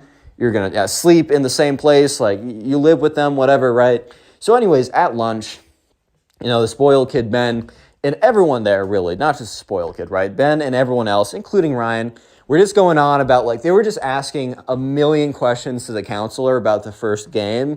And the counselor's like, guys, I'm sworn to secrecy. Look, I want to help you because I want one of you guys to be the winner. Don't get it twisted, right? But I really can't say anything. I might actually get in trouble if I let you know too much. So they're all trying to ask him tricky questions. They're trying to be like, oh, you don't have to tell us. But if you were going to tell someone, what would you tell them if some random person who didn't go here was asking what the first game was? What exactly would you tell them? And camp counselor is like, dude, I'm not the smartest cookie in the cookie place, but bro, I'm not that dumb, dude. So they don't really get any good information out of him, but they have a lot of fun trying to. And they're also not allowed to know when the game is. So they can't even prepare for it. Obviously, they're told that there are 3 games. And some of the games are group games. Some of them, or one game is a group game, which is by cabin. The next game is partner game. And the final game is an individual game. So the idea is kind of you'll pretty much know off the bat where your rankings are. Because if your cabin does really bad, it's going to be really hard to claw back up. But whatever, right? But they're also not allowed to know when these games are. So the first day ends. There's no game on the first day. They're even up at 9, 10 or whatever in their beds, all excited or whatever, thinking, oh my God, we might hear the horn. The game might happen at any moment now. But no, they eventually are like, oh, okay, it's not. We're going to go to bed. And even the camp counselor knocked on the door, is like, what are you boys doing up? It's 11. They're like, what if the game happens? He's like, okay, I'm not supposed to say this, but look, the game's not happening tonight. Go to bed. They're all like, oh, dude, what? So yeah, next day comes around. And they have some morning activities, they have breakfast, but they're sitting at lunch. And they're sitting literally they're halfway through lunch when they hear the horn. And they all drop their forks or whatever. They're like, oh my God, it's the horn, it's the horn. So sure enough, the horn is going halfway through lunch. They all get up and the counselor for their group is is it camp counselor? Yeah, camp counselor, right, is oh, all right, guys, this is the first activity. This activity we're doing as a group, so follow me. Everyone's super excited. You can feel it in the air. Things are going crazy. Everyone's really excited, and they start walking out. And the first activity is to build a fire in the woods. So they're going in, and each camp counselor for each of the cabins, they have a backpack that's full of, a lighter and some, basically just very few activities, but a lighter and a little bit of thinly sliced wood to give a nice little spark or whatever. But yeah, that's it. So they're all led into the woods, and there was other camp counselors that would be assigned to your group that would score you based on a preset score or whatever. And basically every single kid in the group would get the exact same score, but one of them maybe could get a bonus point, but that one bonus point really wouldn't change that much. So they get out there, And the spoiled kid is super, super intent on, guys, we must win. We must be the best. And, Ryan is trying to win, but he's also trying to have fun. And he also doesn't really know. I mean, bro didn't come out the womb knowing how to make a fire, dude. Like, chill out a little bit. So they're doing their best. They're in the woods, and they can kind of see, like, the other groups. But the other groups are far enough away in the woods that it's just kind of hard to see what they're doing. But I guess you could kind of see what they're doing, but not really, right? So they're going in there, they're getting wood, they're putting stuff together. And at one point, Ryan puts down a log on there, or a piece of like a stick or whatever, or I guess it was kind of thick. It was kind of closer to a log on their fire. And the fire hadn't been lit yet, so it's just a pile of tinder at this point. And the log was kind of waterlogged, so it probably wasn't a good idea to put it on there. But instead of the spoiled kid, Ben, just being like, oh man, I think that's not a good log, he's like, dude, are you trying to like sabotage us? Are you working for the other team? And like everyone in the cabin just like looks at Ben and they're like, chill the frick out, bro. And Ryan's like, dude, sorry, I didn't see that this like log wasn't that good. I was putting something on. He's like, bro, well, pay closer attention next time because all of our points are on the line. And even the camp counselor is like, Ben, like, chill out, man. It's not that serious. He's like, it's that serious to me, dude. You don't get it. So anyways, they eventually get something together. They light it on fire, and they do get a fire, right? And they score the second highest points. So everyone, except for one person, everyone is super happy with the result. They're all like, dude, we got the second highest. That's awesome. Like, we got a fire going. I heard half the teams couldn't even get a fire going. But one person wasn't happy, Ben. And at one point, like, kids were starting to realize, or the people in the cabin were starting to realize that Ben was sitting there all grumpy, all upset, all angry. And they're all like, dude, like, what's the deal? Like, what's the word, man? Like, why are you so upset right now? And Ben's like, dude, I'm not settling for second. We should have gotten first. And the camp counselor is like, oh, Ben, like, we did really well, bro. Like, chill out. Like, the other team got first place or slightly more points than us just because they finished a little bit quicker. And Ben looks at Ryan and is like, dude, you putting on that wet log really put us back like 30 seconds. And that 30 seconds was the difference between us winning and like us losing. And Ryan's like, okay, bro, I'm sorry. I don't know. And the camp counselor's like, Ben, like, come on now. Like, it's really not that deep. We all did really well. Can we just celebrate from here on out? And Ben's like, I guess, whatever. If you guys want to celebrate being first loser, then whatever, dude. And, like, Ben literally walks back into his room and, like, shuts the door, which his room is, like, everyone's room, so it's a little awkward or whatever. Camp counselor kind of looks at all the other guys, is like, dude, what's his problem? And they just decide to celebrate because it's a win. It's a win. So anyways, the next day comes around, and it's just more kind of activities, whatever. And for all of Tuesday, once again, it's just kind of their own activity. Like, it's just no games, no camp tree games or anything like that. Nothing that makes, like, points or whatever.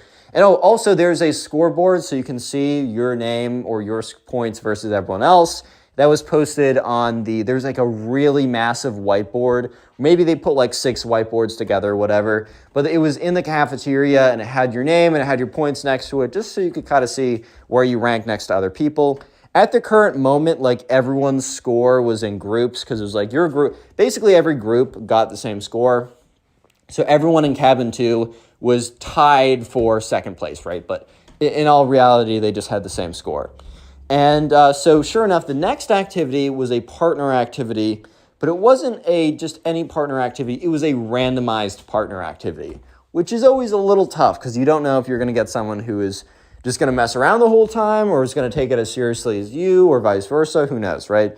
So, it's on Wednesday. It is, it's at dinner, and all of a sudden, you hear the horn again. So the camp counselor for cabin B is like, all right, guys, this is your second game. Like, this is official. So he says, okay, so you guys have all been assigned with random partners. I have a list right here. I'll tell you, like, where your partner is, and I'll tell you where you're supposed to go to make this easy. So all the tables had, like, table A, table B, and that was associated with the cabin you're at. So he basically was like, all right, so Ryan, you're with this guy named Sam, and you're at table C. You can go over there. So all the kids started going to the tables they were sent to, and you were given a randomized partner. Ryan's partner was pretty cool. He was definitely more chill about the competition than Ben was.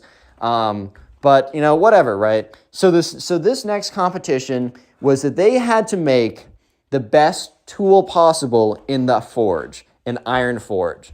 So yeah, this is actually something that I did when I went to sleepaway camp, and it's really cool. It's like you get a piece of like a metal rod, you stick it in something really hot, and then you slam it with a hammer, right? It's really cool, actually. And real quick, if you made it this far into the video, comment tool down below. I'm trying to make my secret words a little bit more tricky now. You can't just comment spoiled in the first 30 seconds. There's this one guy who gets the secret word, no matter what it is, in like literally 30 seconds, and I have no idea how. Also, if you want to listen to this on Spotify, you can. The link is in the pinned comment and description. And if you're listening to this on Spotify, please rate 5 stars. I think it helps. So anyways, the next competition was to make a tools with the iron forge together. And whoever the tools were based on, there's a whole point system where it's like, oh, I don't know, the best, I don't even know, man. It's like the most tool looking or the most effective, a lot of points you could get. And also, the points for this event were double the points you could get for the last event. So it didn't like make the last event completely irrelevant, but anyone who got a low score because your team wasn't good kind of had an opportunity to, I don't know, get a better score, right? So anyways, Ryan and this guy, they were definitely chill about it. I honestly think Ryan took the best route about this whole thing because he was really just there just to have fun. He was there just to chill. He was there just to have a good time, man. And honestly, that's the way it's supposed to be. So him and his partner, Sam will say, they just went in there and like they even said to each other, like, I don't really care what our score is. Let's just make something cool. So they go in there, they're having a lot of fun. They shove the metal in the really hot thing, start slamming it into something cool. And what happens is they make it too thin. They make the metal too thin at one point and it breaks off. And Sam's like, oh, dude, my fault. And Ryan's like, bro, I don't care. Like, this is cool. Like, we just made instead of making, like, a hammer, we just made a poker. Like, that's awesome, bro. So, yeah, the person comes over. They're like, oh, look at this. And, yeah, so Ryan and Sam did not get a great score. But Ryan wasn't trying to win anyways. He already won, bro. He had a good time. At the end of the day, like, he knew he wasn't going to get first place because he knew that there's people like Ben who are going to sweat their little butts off to get first place anyways. So he didn't really care, dude. So he had a good time. Anyways, so they start walking back to the cabins. It's nighttime, and they sit in there. And Ben is in this most stink of a mood ever. And after about, like, 30 minutes of, like, aggressive silence from him, you know how, like, some people, like, I don't talk all the time. I do talk when I'm with my friends. But there are definitely times where I'm just, I don't know, I'm either low energy or I just don't have anything to say, but, you know, you're just kind of chilling there. And then there's also times when people, you know that they're in a bad mood, you know that they're going to make a big stink over something, and their silence almost is like an aggressive silence. I don't know if you guys can relate to that. Comment if you can. But anyways, so he's just like 30 minutes of aggressive silence, making little grunts, whatever, right? Having this big angry face or something. And so eventually he speaks up. He's like, I got robbed. And everyone's like, what? He's like, I got the worst partner ever. He didn't take the game seriously at all. And he started to like tear up a little bit. He's like, I'm not going to win this. And so the camp counselor comes in. He's like, hey, bud, like, look, this happens. Like, it's randomized. You can't choose who got like a partner, right? You can't choose that. However, I'm not totally supposed to tell you guys details about all these things. I'll let you know a little something to make you guys feel better. For any of you guys who didn't do too well today, and just so you know, the next games, I can't tell you when they are, but they are single person. So it's only you. Your score will depend on your abilities alone.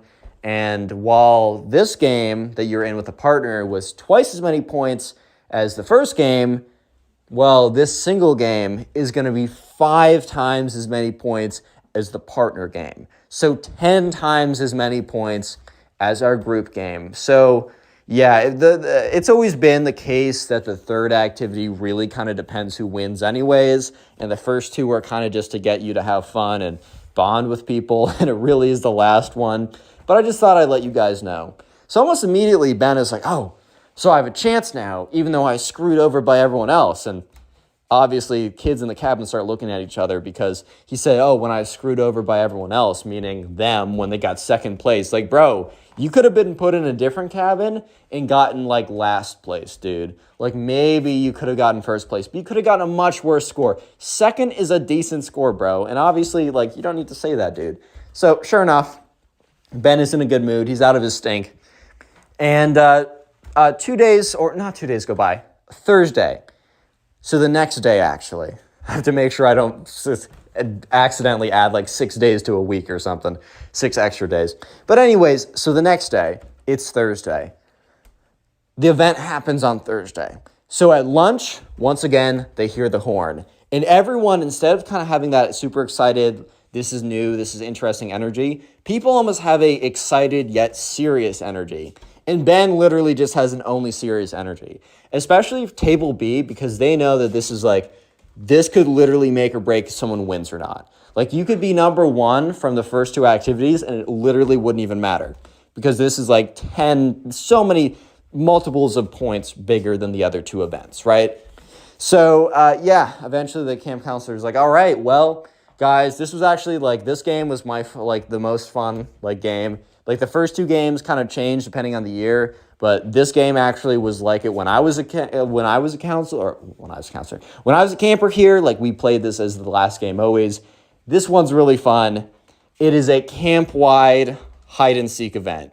And he basically wanted to say, yeah, so I don't know if I'm supposed to say this either, but basically the winner of this wins the whole thing. So all of a sudden all the kids were like, oh shoot, so we got a chance now. And so sure enough, they all are instructed to go to the field. There's a big field in the back of the camp. And the president of the camp is like, all right, campers, like this is the final event. And this one is going to be worth 5 times as many points. So she says all the stuff that they were told beforehand. And she said, here are the rules. One of us will be the one who's seeking, one of the counselors. If you're caught, you now seek with us. It's going to move really quickly. We will play 1 round of this. Because we're only playing 1 round, and because we're going to have so many seekers at a certain point, you are allowed to hide anywhere on campus. You cannot hide in a locked room. You cannot hide on top of a roof. You cannot hide in a dangerous place. But other than that, you are allowed to hide anywhere on campus. In an hour from now, we are going to like set off this siren. Just if anyone else has not been found yet. If you hear the siren, it's not a trick. Like you outsmarted all of us. Please come back. Can't leave campus, whatever. It's a huge violation if you do. You already know the campus grounds. If you hear the siren after an hour, that means we'll do something special to decide the winner from there. But yeah, hopefully it doesn't get to that. Go back to your counselors. They're going to give you a little rundown. And then I'm going to blow the horn. And after blowing the horn, you have 5 minutes to find a hiding spot. So obviously, all the kids were pretty excited. Yeah, so they go back to the camp counselor. He tells them, all right, I'm not going to tell you any of the good hiding spots, but there's a lot of good ones around here. And yeah, so sure enough, the horn is blown, and they go off and they find a hiding spot. And so they're not grouping up, it's all individual. Ryan finds an okay hiding spot. Like he knows he's not going to win the game, but it'll be okay. And yeah, pretty quickly, Ryan is found. He's like, okay, you got me, cool. So now Ryan is one of the finders. And so it's Ryan and this other kid have kind of like grouped up together and they're going to go around finding people, and they do. And it's kind of like this big, long group of people. So they all walk down like the cafeteria. They walk into the cafeteria because everywhere on campus is open. Some of the buildings are locked and you can't go in a locked building or whatever, but the cafeteria is open.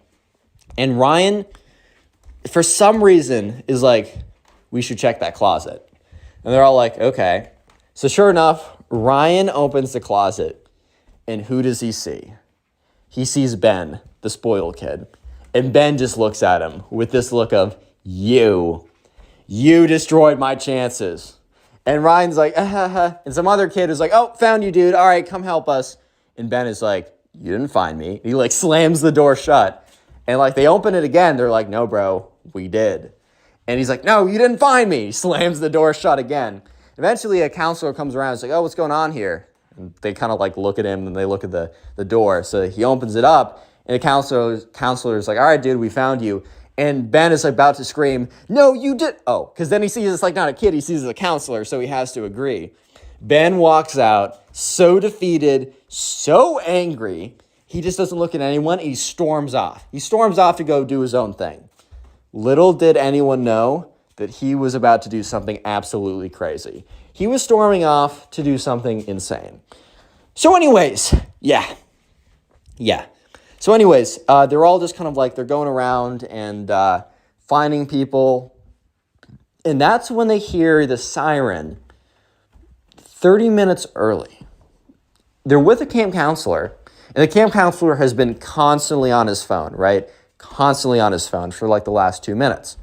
And they're all like, oh, why are we hearing the siren? Like, isn't there like a little bit more time to go? The counselor's like, yeah, there's been a change of plans. We all need to go to the field again. So they all walk towards the field, and they're just like, this is really weird.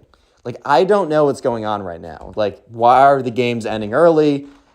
Did someone like leave campus and they need to shut down for some reason? Like, it's really weird. They're all standing in the fields, right? So kids are starting to pour in, whatever, right? Kids are saying, I wasn't caught. And like the counselors, normally during the sirens, if the sirens were called, they would have cared. Like they would have listened in and been like, oh, okay, we'll mark your name down. They didn't even care. Like the counselors were not even paying attention to who was it and who was caught and whatever. It's like they had something more important to think about, which in fact they did. Little did anyone know. So that's when, Ryan is standing with some guys and they're just talking, being like, what's going on? Like, this kind of weird. And that's when they hear a kid say, look. And so all the kids turn around and he points at the field and he points really far out at the trees. And they see this like smoke coming out from the forest. And they see little bits of like fire. They think someone like lit like just a normal fire, like in the fire pit. But they see way too much smoke.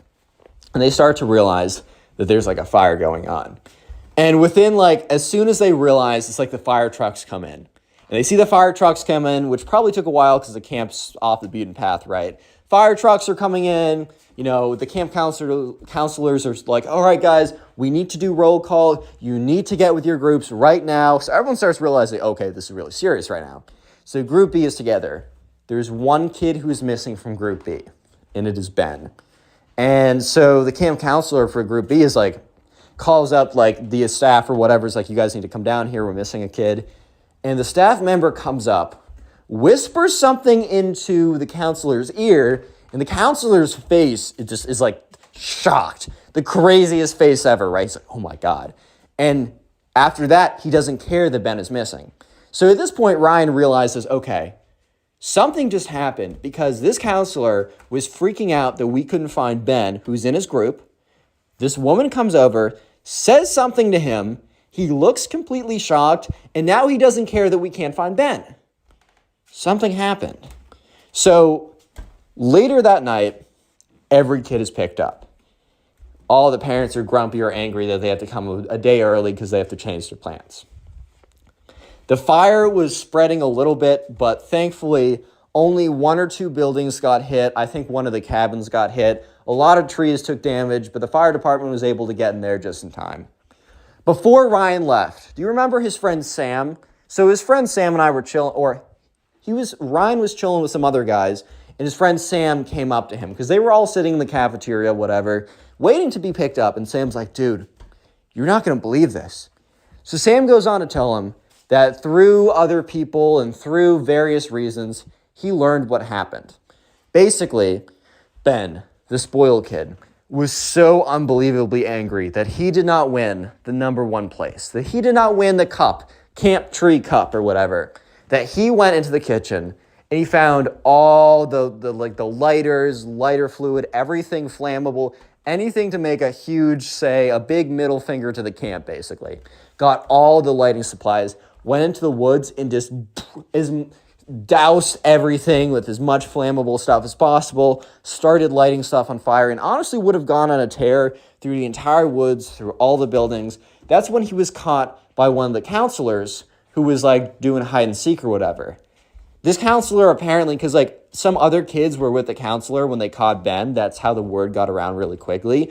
And so this counselor apparently like tackled Ben, like straight up tackled him, took the lighter out of his hand, called for backup. It's like, kids, stay back, whatever, right? All these other camp counselors come rushing in, whatever, to this location. They call the fire. Crazy, right? So Ryan never hears from Ben again. Ryan goes back the next year because he loved his experience up until that. And apparently all the kids who went that year got like a bit of a, if you want to come back, we'll give you 10% off type deal. So his parents were like, okay, sure. Maybe there's not going to be another arsonist kid who shows up this time if we're lucky. But Ben obviously was not invited back. But the legend of Ben, the kid who got so mad that he tried to burn down the camp, lives on till this day. Spoiled brats think that the world revolves around them. So it's honestly not a surprise that in this story time, the entitled rich kid tries to make the subscriber's birthday all about himself and only ends up ruining the entire party. This is pretty crazy, so let's just jump right into it. So we're going to call the subscriber who submitted this story Brody, right? So anyways, it was Brody's birthday, and one thing that happens at Brody's school is if any kid there has a birthday party, they must invite every kid in the class. I know this was actually true for my middle school and when I was in like kindergarten through, I don't know, 8th grade probably. But the thing is, the way that they see it is like they don't want some kids to feel left out. It's a little kind of a bit of it like encroaching on your own ability to pick and choose because it's like, I'm doing this in my own private time. Can I not at least choose the people at my own birthday party? But I kind of do understand where the school is coming from. However you feel about it doesn't matter because either way, Brody had to invite everybody. So there was a spoiled kid in Brody's class. There were maybe a few, but there was one that was really, really bad. And we're just going to call him the spoiled kid. And like every other spoiled kid, he kind of believed that the world was meant to revolve around him. The world did not revolve around the sun. No, that is incorrect. It revolves around the spoiled kid, in fact. I just want to get your facts straight a little bit.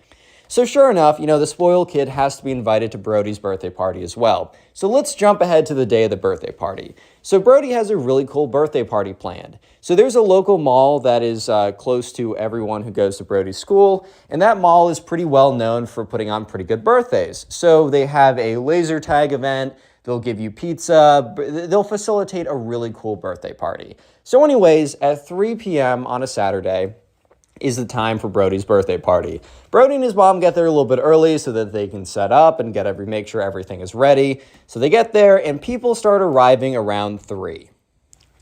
So the kids and the moms, they all start to show up and Brody sees some of his close friends. We'll say Ben and Tyler, right? They show up. So Brody's really excited. He kind of like pairs off with them. And like, since everyone in his grade is going to be there, Brody knows he doesn't need to talk to everyone or be super like involved with everyone since they're going to be able to pair off with their friends anyways. So the first activity is laser tag. And I don't know if you guys have ever played laser tag at the mall, but it is such a fun activity, dude. Like, I genuinely would like to go with my college friends. And look, I'm 20, bro. Like, this is not just for kids. Laser tag is for all ages because it's a lot of fun. But laser tag, especially back in the day with birthday parties, was just such a fun event in my opinion, right? So Brody was really excited for laser tag. So anyways, one of the administrators, or we'll just say the staff, right? So this staff member comes out and says, hey, like, little announcement, anyone who wants to play laser tag, like, make sure to meet over here in the next 5 minutes and we'll get you suited up. We'll give you the safety instructional video and then we'll let you go in. Brody was really excited, and he turns to his friends Tyler and Ben. They're really excited too. And basically everybody in the class wants to do it. I think there's a few kids who didn't want to do it because that's not really their cup of tea or whatever. So they were going to stay out and chill and do some of the arcade type activities. Because there was also like a whole arcade area. So it's like it wasn't like they weren't going to have fun, right?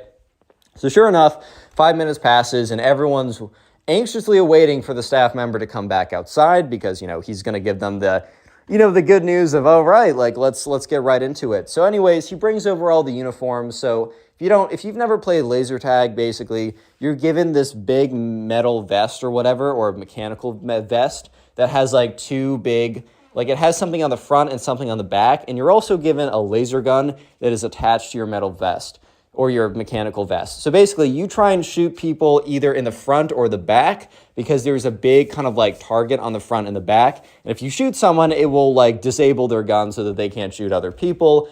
And so the goal of it, it's going to be 2v2, or not 2v2, two teams, right? So one team versus the other team. And basically, you try and eliminate all the other people. And so the guy goes through the safety instructional video, basically says stuff like, don't hit other people. Like, once this is how you do it, this is how you strap it on. Obviously, like, don't climb up on top of anything that isn't supposed to be, like, climbed on top of. So there's a lot of, like, obstacles or whatever and, like, fun decorations in the laser tag room. He basically just said, like, dude, don't climb all over our stuff, please. Like, come on now. And, yeah, so that was it, and they were let in. So the spoiled kid and Brody were on two different teams. And Brody definitely wanted to win because, I don't know, like, everyone wants to win a laser tag. But the spoiled kid wanted to win at just the whole new level. Like, the spoiled kid was willing to just go and, like, he wanted to win. And since, you know, the whole world revolves around the spoiled kid, obviously, you know, he wasn't going to let anything stop him from, like, from winning, right? Nothing was going to stop this kid from winning. So sure enough, right, they go in there and first round, they're having a lot of fun. And the spoiled kid is going very sweaty, trying his very hardest to, like, dodge bullets and shoot people down. I mean, everyone is. You can't really blame the spoiled kid on this. But basically, the spoiled kid gets shot in, like, his little vest thing. So his vest lights up, and then his laser gun stops working. And the spoiled kid's like, that wasn't fair. And the kid who, like, shot him was like, dude, what do you mean that wasn't fair? He's like, I wasn't ready. Which, like, bro, what do you mean you weren't ready? Of course you weren't ready. That's the whole point. Like, they got you when you weren't seeing it coming, or you just weren't prepared. If you were prepared, the person wouldn't have gotten you. That's the whole point of the game, dude. But yeah, so sure enough, the spoiled kid starts, like, yelling or whatever, and most kids aren't even paying attention to this, but, you know, Brody, the subscriber, is aware of this, because I feel like Brody, as, like, the guest, or he's not the guest, the host of his party, he's always, like, a little bit more aware of how things are going, how people are talking with each other, stuff along those lines, right? So yeah, he kind of notices all of this, even though most people don't. The thing is, though, the spoiled kid, right, he is starting to get really upset. Like, he's like, I wasn't ready, I demand a redo, like, this is unacceptable. So the spoiled kid walks up to the staff member who's in there just to make sure everything's going normally, and the kids go back to playing, right? If you get tagged, you kind of sit to the side and watch as other people play, like, with the laser guns, right? So this kid, the spoiled kid, goes up to the staff member, and he's like, this guy shot me when I wasn't ready. And the staff member looks at him kind of like, dude, what do you mean you weren't ready? This isn't really all about, like, are you ready or not? And he says to him, like, oh, sorry, man, like, we're playing another round, so just wait until then. The spoiled kid, very angrily, is like, fine. And he kind of, like, walks over to the side and, like, grumpily sits against the wall. And it's like, dude, like, chill out. It's literally laser tag. And it's not even, like, the one game and you're done. You have multiple more rounds to go. I don't know, man. Next time, just do better. Just don't get shot, bro. Like, I don't know. Is it really that hard? So sure enough, eventually, there's a winning team. Because the birthday kid, a.k.a. Brody, his team has 3 people, the other team has 0 at the very end, so they win. And they decide, so the teams are reshuffled, and they go again. This time, Brody and the spoiled kid are on the same team. And the spoiled kid is like, goes up to Brody and is like, yo, dude, we got to be, like, doubles or whatever. Basically going up to the kid being like, you and I, let's, like, flank them together. And, you know, the spoiled kids, or the Brody, the birthday kid's like, yeah, sure, dude, whatever, cool. So they start the round, and they're going in, and Brody and the spoiled kid are actually a pretty good duo. They're doing pretty good. So Brody and the spoiled kid are kind of, you know, taking people down, taking big W's. They're doing really well, but this one guy outflanked both of them and was able to shoot both of them and get them both out really quickly. And the spoiled kid is like, what? And Brody's like, oh, good shot, man, whatever. And Brody's like, all right, man, let's go to the side and see how our team does. And the spoiled kid is like, no, I'm not doing that, man. That guy was obviously cheating. And Brody's like, what? And the spoiled kid's like, yeah, he was, like, hacking IRL. And Brody's like, dude, what do you mean hacking IRL? Like, how does someone hack IRL? Like, isn't that just called cheating? Like, I just don't understand where you're coming from here. And so anyways, right, you know, Brody keeps going on about, like, or the spoiled kid goes on about, like, yeah, it's, he was cheating, he was doing something. So he goes up to the staff guy, and he starts complaining again. And the staff guy remembers him, the spoiled kid, as the last kid from last time who was complaining over nothing. So the staff member looks at him as like, little bro, like, you gotta stop. Like, you got tagged by the laser gun, you gotta chill out, and you're good, whatever. So at this point, the spoiled kid, instead of just going back, returns back into the battlefield. But remember, his laser gun no longer works because he got tagged.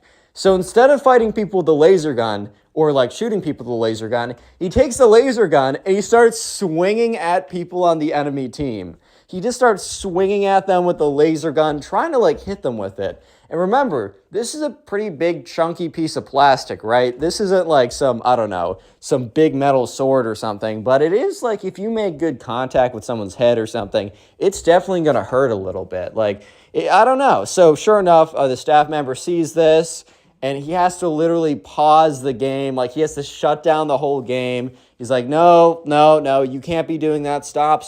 And the spoiled kid's like swinging. He's like, meow, meow. He's just like swinging on it. They have to pause the game. The staff member has to escort the spoiled kid out of the whole game or whatever. And because the staff member has to go escort him out of the game is turned off. And it's like 15 minutes of like the staff member like dealing with the spoiled kid. And by the time the staff member gets back, he's like, hey guys, I'm so sorry, but your time slot is up. There's another party that's coming in the next 5 minutes, so we got to call this short. So yeah, basically because of the spoiled kid, they had to stop playing. Like, they had to cut their laser tag a little bit early, which is just the first of many things the spoiled kid has done. Real quick, comment tag down below. That'll be the secret word of the day. Also, if you want to listen on Spotify, it'll be the pinned comment in the description. There'll be a link in there. And if you're listening on Spotify, please rate 5 stars. And finally, the best way to support the channel, the very best way to support the channel on YouTube, is to just binge watch these videos. So please let me know, how many of these videos have you watched today? Because the more videos you watch on the channel, the more you support it, and I really appreciate it. I'm just curious who's watching the videos, and I'd love to hear it. So anyways, let's get back to it. As Brody's birthday is about to be completely destroyed by the spoiled kid. So anyways, laser tag was the first activity, but now it was time for cake. Yeah, so sure enough, the birthday kid's mom, is like, all right guys, let's go to the whatever lunch table type thing, because it was like an arcade setting. So there's a lot of arcade games, a ball pit, obviously the laser tag, but you needed to reserve that. And then there was also kind of like a lunch type area that they reserved for like parties or whatever. And Brody's parents reserved one of the tables. And so they're all heading over and they sat down. So the first thing that they had was like pizza or whatever. And there was no issues there. The spoiled kid didn't like eat all the pizza or something. He's not that big of a boy, right? But the issue comes when it's time for cake. So in at least a lot of people I know, the tradition for your birthday is you come out with a cake and you have a bunch of candles, and the person whose birthday it is blows out the candles. And it's really not a thing for anyone else to blow out those candles unless the birthday kid explicitly says, hey, I want everyone to blow out the candles with me, or I want someone to, unless the kid says it out loud, like, it is just super, super not a cool thing for you to just go ahead and blow them out. However, right, you have to remember, the spoiled kid truly believes that the world revolves around him. He genuinely believes that if he wants something, he should get it, and it's justified because if he wants, he should get. So sure enough, right, the spoiled kid felt like he wasn't getting enough attention. I mean, he just came off of not winning the laser tag, which made him big mad, right? So at this point, he also isn't getting all the attention from literally everyone, which is an absolute crime. I 100% agree. Sarcasm. So the spoiled kid is noticing that, you know, after eating all the pizza or whatever, like some parents go behind, like they walk away and then they come out. And so the the birthday kid, Brody, his mom comes out with a cake. It has a bunch of candles on it. They're all lit. And they all start singing happy birthday. So they're singing the happy birthday song. They're moving the birthday kid, Brody's mom, has come walking over very slowly to the table with the cake. And Brody's sitting down, and the spoiled kid happens to be sitting down right next to him. So Brody's mom puts the cake on the table, And the idea is at the end of singing Happy Birthday, Brody, as the birthday kid, is going to be the one who blows out the candles. But right before the song ends, the spoiled kid is like, blows out all the candles. And literally everyone goes dead silent. They don't even finish the song. They just go dead silent. It's a super awkward situation. I really don't know what went through the spoiled kid's mind. I think he was like, oh my God, I'm not getting all the attention at this very second. This is unacceptable. I must get all the attention always. So he decided that he wanted to be the one who blew out the candles. So yeah, the spoiled kid's mom sees this and is like, oh no, dude. Because look, everyone knows that you don't blow out someone else's candles, bro. That's the worst thing you can do. I'm sure there's worse things, but you know what I mean. Not a great thing to do. So, Brody doesn't take it that, he doesn't, take it that personally. He doesn't really care that much. He's like, okay, well, I kind of wanted to blow the candles out, but whatever, I guess, right? I'll just have some of the cake, right? It's cool. It's whatever. But so the spoiled kid's mom, immediately after the spoiled kid, after 20 seconds of an awkward silence, after he blows out the candles, comes over, and the spoiled kid mom, grabs him by the scruff of his, shirt or whatever, and drags him out to, another room, a private room to go talk with him or something, to give him a little bit of a talk, because he needs a little bit of a talking to right now. So the spoiled kid was out of the picture for a little bit. So they're all having cake or whatever, and the spoiled kid's mom eventually walks back into the room. But the spoiled kid does not walk back into the room with her. So Brody, the birthday boy, overhears his mom walk over to the spoiled kid's mom and say, hey, does your son want a piece of cake? We can walk, where is he? And the spoiled kid's mom says, oh, he's in a timeout right now. I'm so sorry for what my son did, stuff like that, right? I'm sorry, I feel really bad. He will not be getting any cake. He will not be rewarded for such bad behavior, stuff like that. And Brody's mom was like, oh, okay. Brody's mom was not going to push back on this, because I think Brody's mom 100% agreed that it is totally not okay behavior to blow out someone else's candles.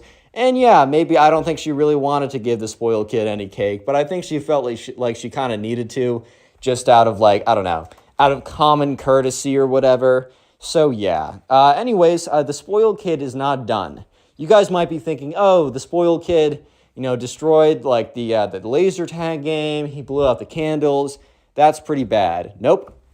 The spoiled kid is not done yet, because while he was put in a quote unquote timeout, that basically meant that the spoiled kid had free reign to go wherever he wanted and do whatever damage that he wanted. Because the spoiled kid's mom was not staying in there when he was in the quote-unquote timeout. She came back. And yeah, that was about to be a pretty big mistake by her. So sure enough, after cake, it's time to open the presents. And so anyways, when people first arrived at 3 on that Saturday, there was a big table right in the front of the room that said, Brody's party, put presents here, whatever. So all the people went over there, and that's where they put the presents. So the whole idea was after cake, everyone was going to walk back into the main arcade type area, and they were going to watch as Brody went through and opened up all the presents. I know, at least for a lot of birthday parties that, I went to, and even my own back in 4th, 5th grade or whatever, I would never have this section.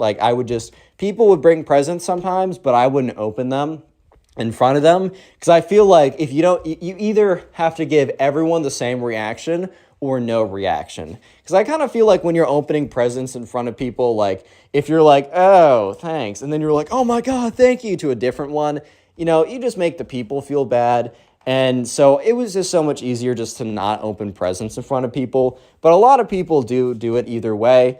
So anyways, the plan was for Brody to go in and open up all the presents. However, the spoiled kid, who has ruined everything up until this point, has also ruined this. So anyways, everyone's kind of done eating their cake. So, Brody's mom says, all right, guys, let's get up and let's go into the arcade room so we can open some presents. And by we, she meant they can watch her son open presents, as that's how it normally goes. Why would anyone else besides him open the presents? Hint, hint.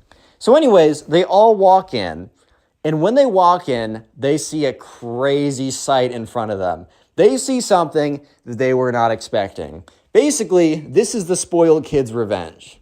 So they walk into the arcade room, and instead of seeing a big pile of wrapped presents, they see a massive pile of shredded wrapping paper on the floor. And they see all these like presents like all over the place, unwrapped. Some of them have literally been opened up and played with. And sure enough, the spoiled kid is sitting right in the middle of all this chaos. So basically what happened is when the spoiled kid was put on a quote-unquote timeout, instead of just sitting there, he decided to wander around, and he saw a big table full of presents that he did know were for Brody. And he was like, you know what? I'm bored, and the world revolves around me, so I'm just going to open up all these presents as if these were my presents to open up in the first place. Yeah, I'm not even kidding right now. So sure enough, the spoiled kid had opened up every single present and had actually like, not just like unwrapped them, had literally broken the plastic off of, he was building some Legos when they came in there. And at that point, the spoiled kid's mom was like, oh my God, like Jeremy, let's call the spoiled kid Jeremy, like, Jeremy, what have you done?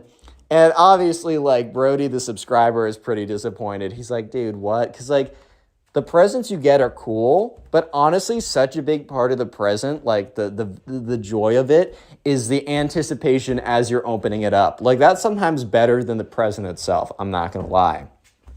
So the spoiled kid basically stole that from him. The spoiled kid at this point has stolen the laser tag, stolen blowing out the candles, and stolen the joy of opening the presents.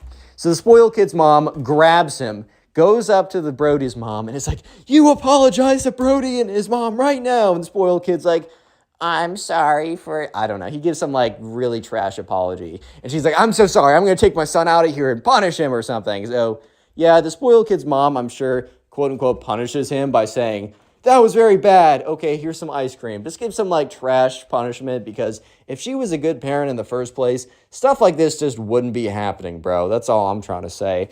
So yeah, the spoiled kid is escorted out of there. You know, it was just kind of Brody and all the other people. Like the parents were like, oh, we're so sorry this happened. And Brody's like, no, it's fine. Can you guys just tell me who gave what? Because now I don't know. So what ended up happening was it was almost like they recovered a little bit. So basically each kid would run into the pile of opened presents, and they would go and like Brody would turn around with his eyes closed. So the kids would run in, they would grab their present for Brody, and then they would like walk over and hand it to him. So there was still a little bit of a surprise factor. So yeah, shout out to Brody's mom for kind of saving the birthday at the end. And also, moral of the story is don't be a spoiled kid, dude. Look, if you have a sibling, you may find them annoying sometimes. But hey, at least they won't try and sell your cherished pet behind your back like the siblings in today's story did. This is quite a crazy one, so strap in and let's just jump right into it. So we're going to call the subscriber who submitted today's story Sebastian. So anyways, Sebastian was the older of one of two siblings. So we had a younger brother. Sebastian was 18 and his younger brother was 16. Sebastian was a senior in high school. His younger brother was a sophomore in high school, and they both lived with their parents. This story all happened over the course of like a couple weeks, but it all started one day when Sebastian was going out to see his friends and he was leaving for the weekend. At this time, Sebastian's brother, we're going to call Sebastian's brother Ben for the rest of this video. So Sebastian and Ben's parents were gone on a very long kind of vacation, whatever. Basically, Sebastian and Ben's parents their relationship was kind of rocky for a little bit. And they've just gotten it back together, and they wanted to kind of just have basically another honeymoon, like 20 years into their relationship, to kind of try and rekindle things. And so they were gone for many, many weeks. They trusted Sebastian to be the good older brother to take care of his younger brother Ben and to make sure that the house was in order. However, they were also okay with Sebastian going out for a little bit and seeing his friends. So Sebastian went over to his friend's house one night. More context. Sebastian and Ben and his family, they have a dog. However, it really is Sebastian's dog, because Sebastian, many years ago, for his birthday, really wanted to have a dog, and his parents were not really looking for a dog in their life. They had a lot of responsibilities already. They were stretched pretty thin between their two kids. But they said to Sebastian, "We will get you this dog as long as you promise that it will be your responsibility." Sebastian, got the dog for his birthday. It was kind of the family dog, but it really was Sebastian's dog, which makes what the younger brother is going to do even worse. You guys kind of have a hint by the title, but let's jump into the story with all that important context given. So this all happened one weekend. Sebastian was heading out just for one night to go see his friend who lived in another town. So Sebastian was getting his stuff together, and he saw his brother was in his room on the computer or whatever. So Sebastian walks by, he's like, "Hey bro, I'm going out tonight." And Ben's like, "Yeah dude, I know you're going out." And Sebastian's like, "All right, well, make sure to feed the dog, make sure to lock up. There's food in the fridge, just heat it up on like the oven or microwave or whatever. And if you need anything, you got my number." And Ben's like, "Dude, don't worry. I'm only 2 years younger than you. Like, you don't need to worry about me. Thank you, but have a good night." And, Sebastian's like, "All right, word, cool, whatever." Sebastian gets in his car and he drives off to go see his friend. Sebastian has a good time seeing his friend, but that's kind of irrelevant to the situation, as Sebastian comes back and, drives back into the house, and he opens up the door. He also sees that the second car that they left there was missing, and that basically means that, probably Ben was out of the house. So Ben would go sometimes take like one of the cars that they had in their driveway, go to the mall, go see his friends. So it wasn't really surprising to see Ben leave randomly. But one thing that was really surprising, that was a little bit strange right off the bat, was when when Sebastian walked back into his house, he didn't hear his dog bark. And I don't know if you guys have dogs. I have dogs, or I have a dog, and I've had dogs in the past. And I think I've always lived with dogs, except for very short periods in between when they've passed away.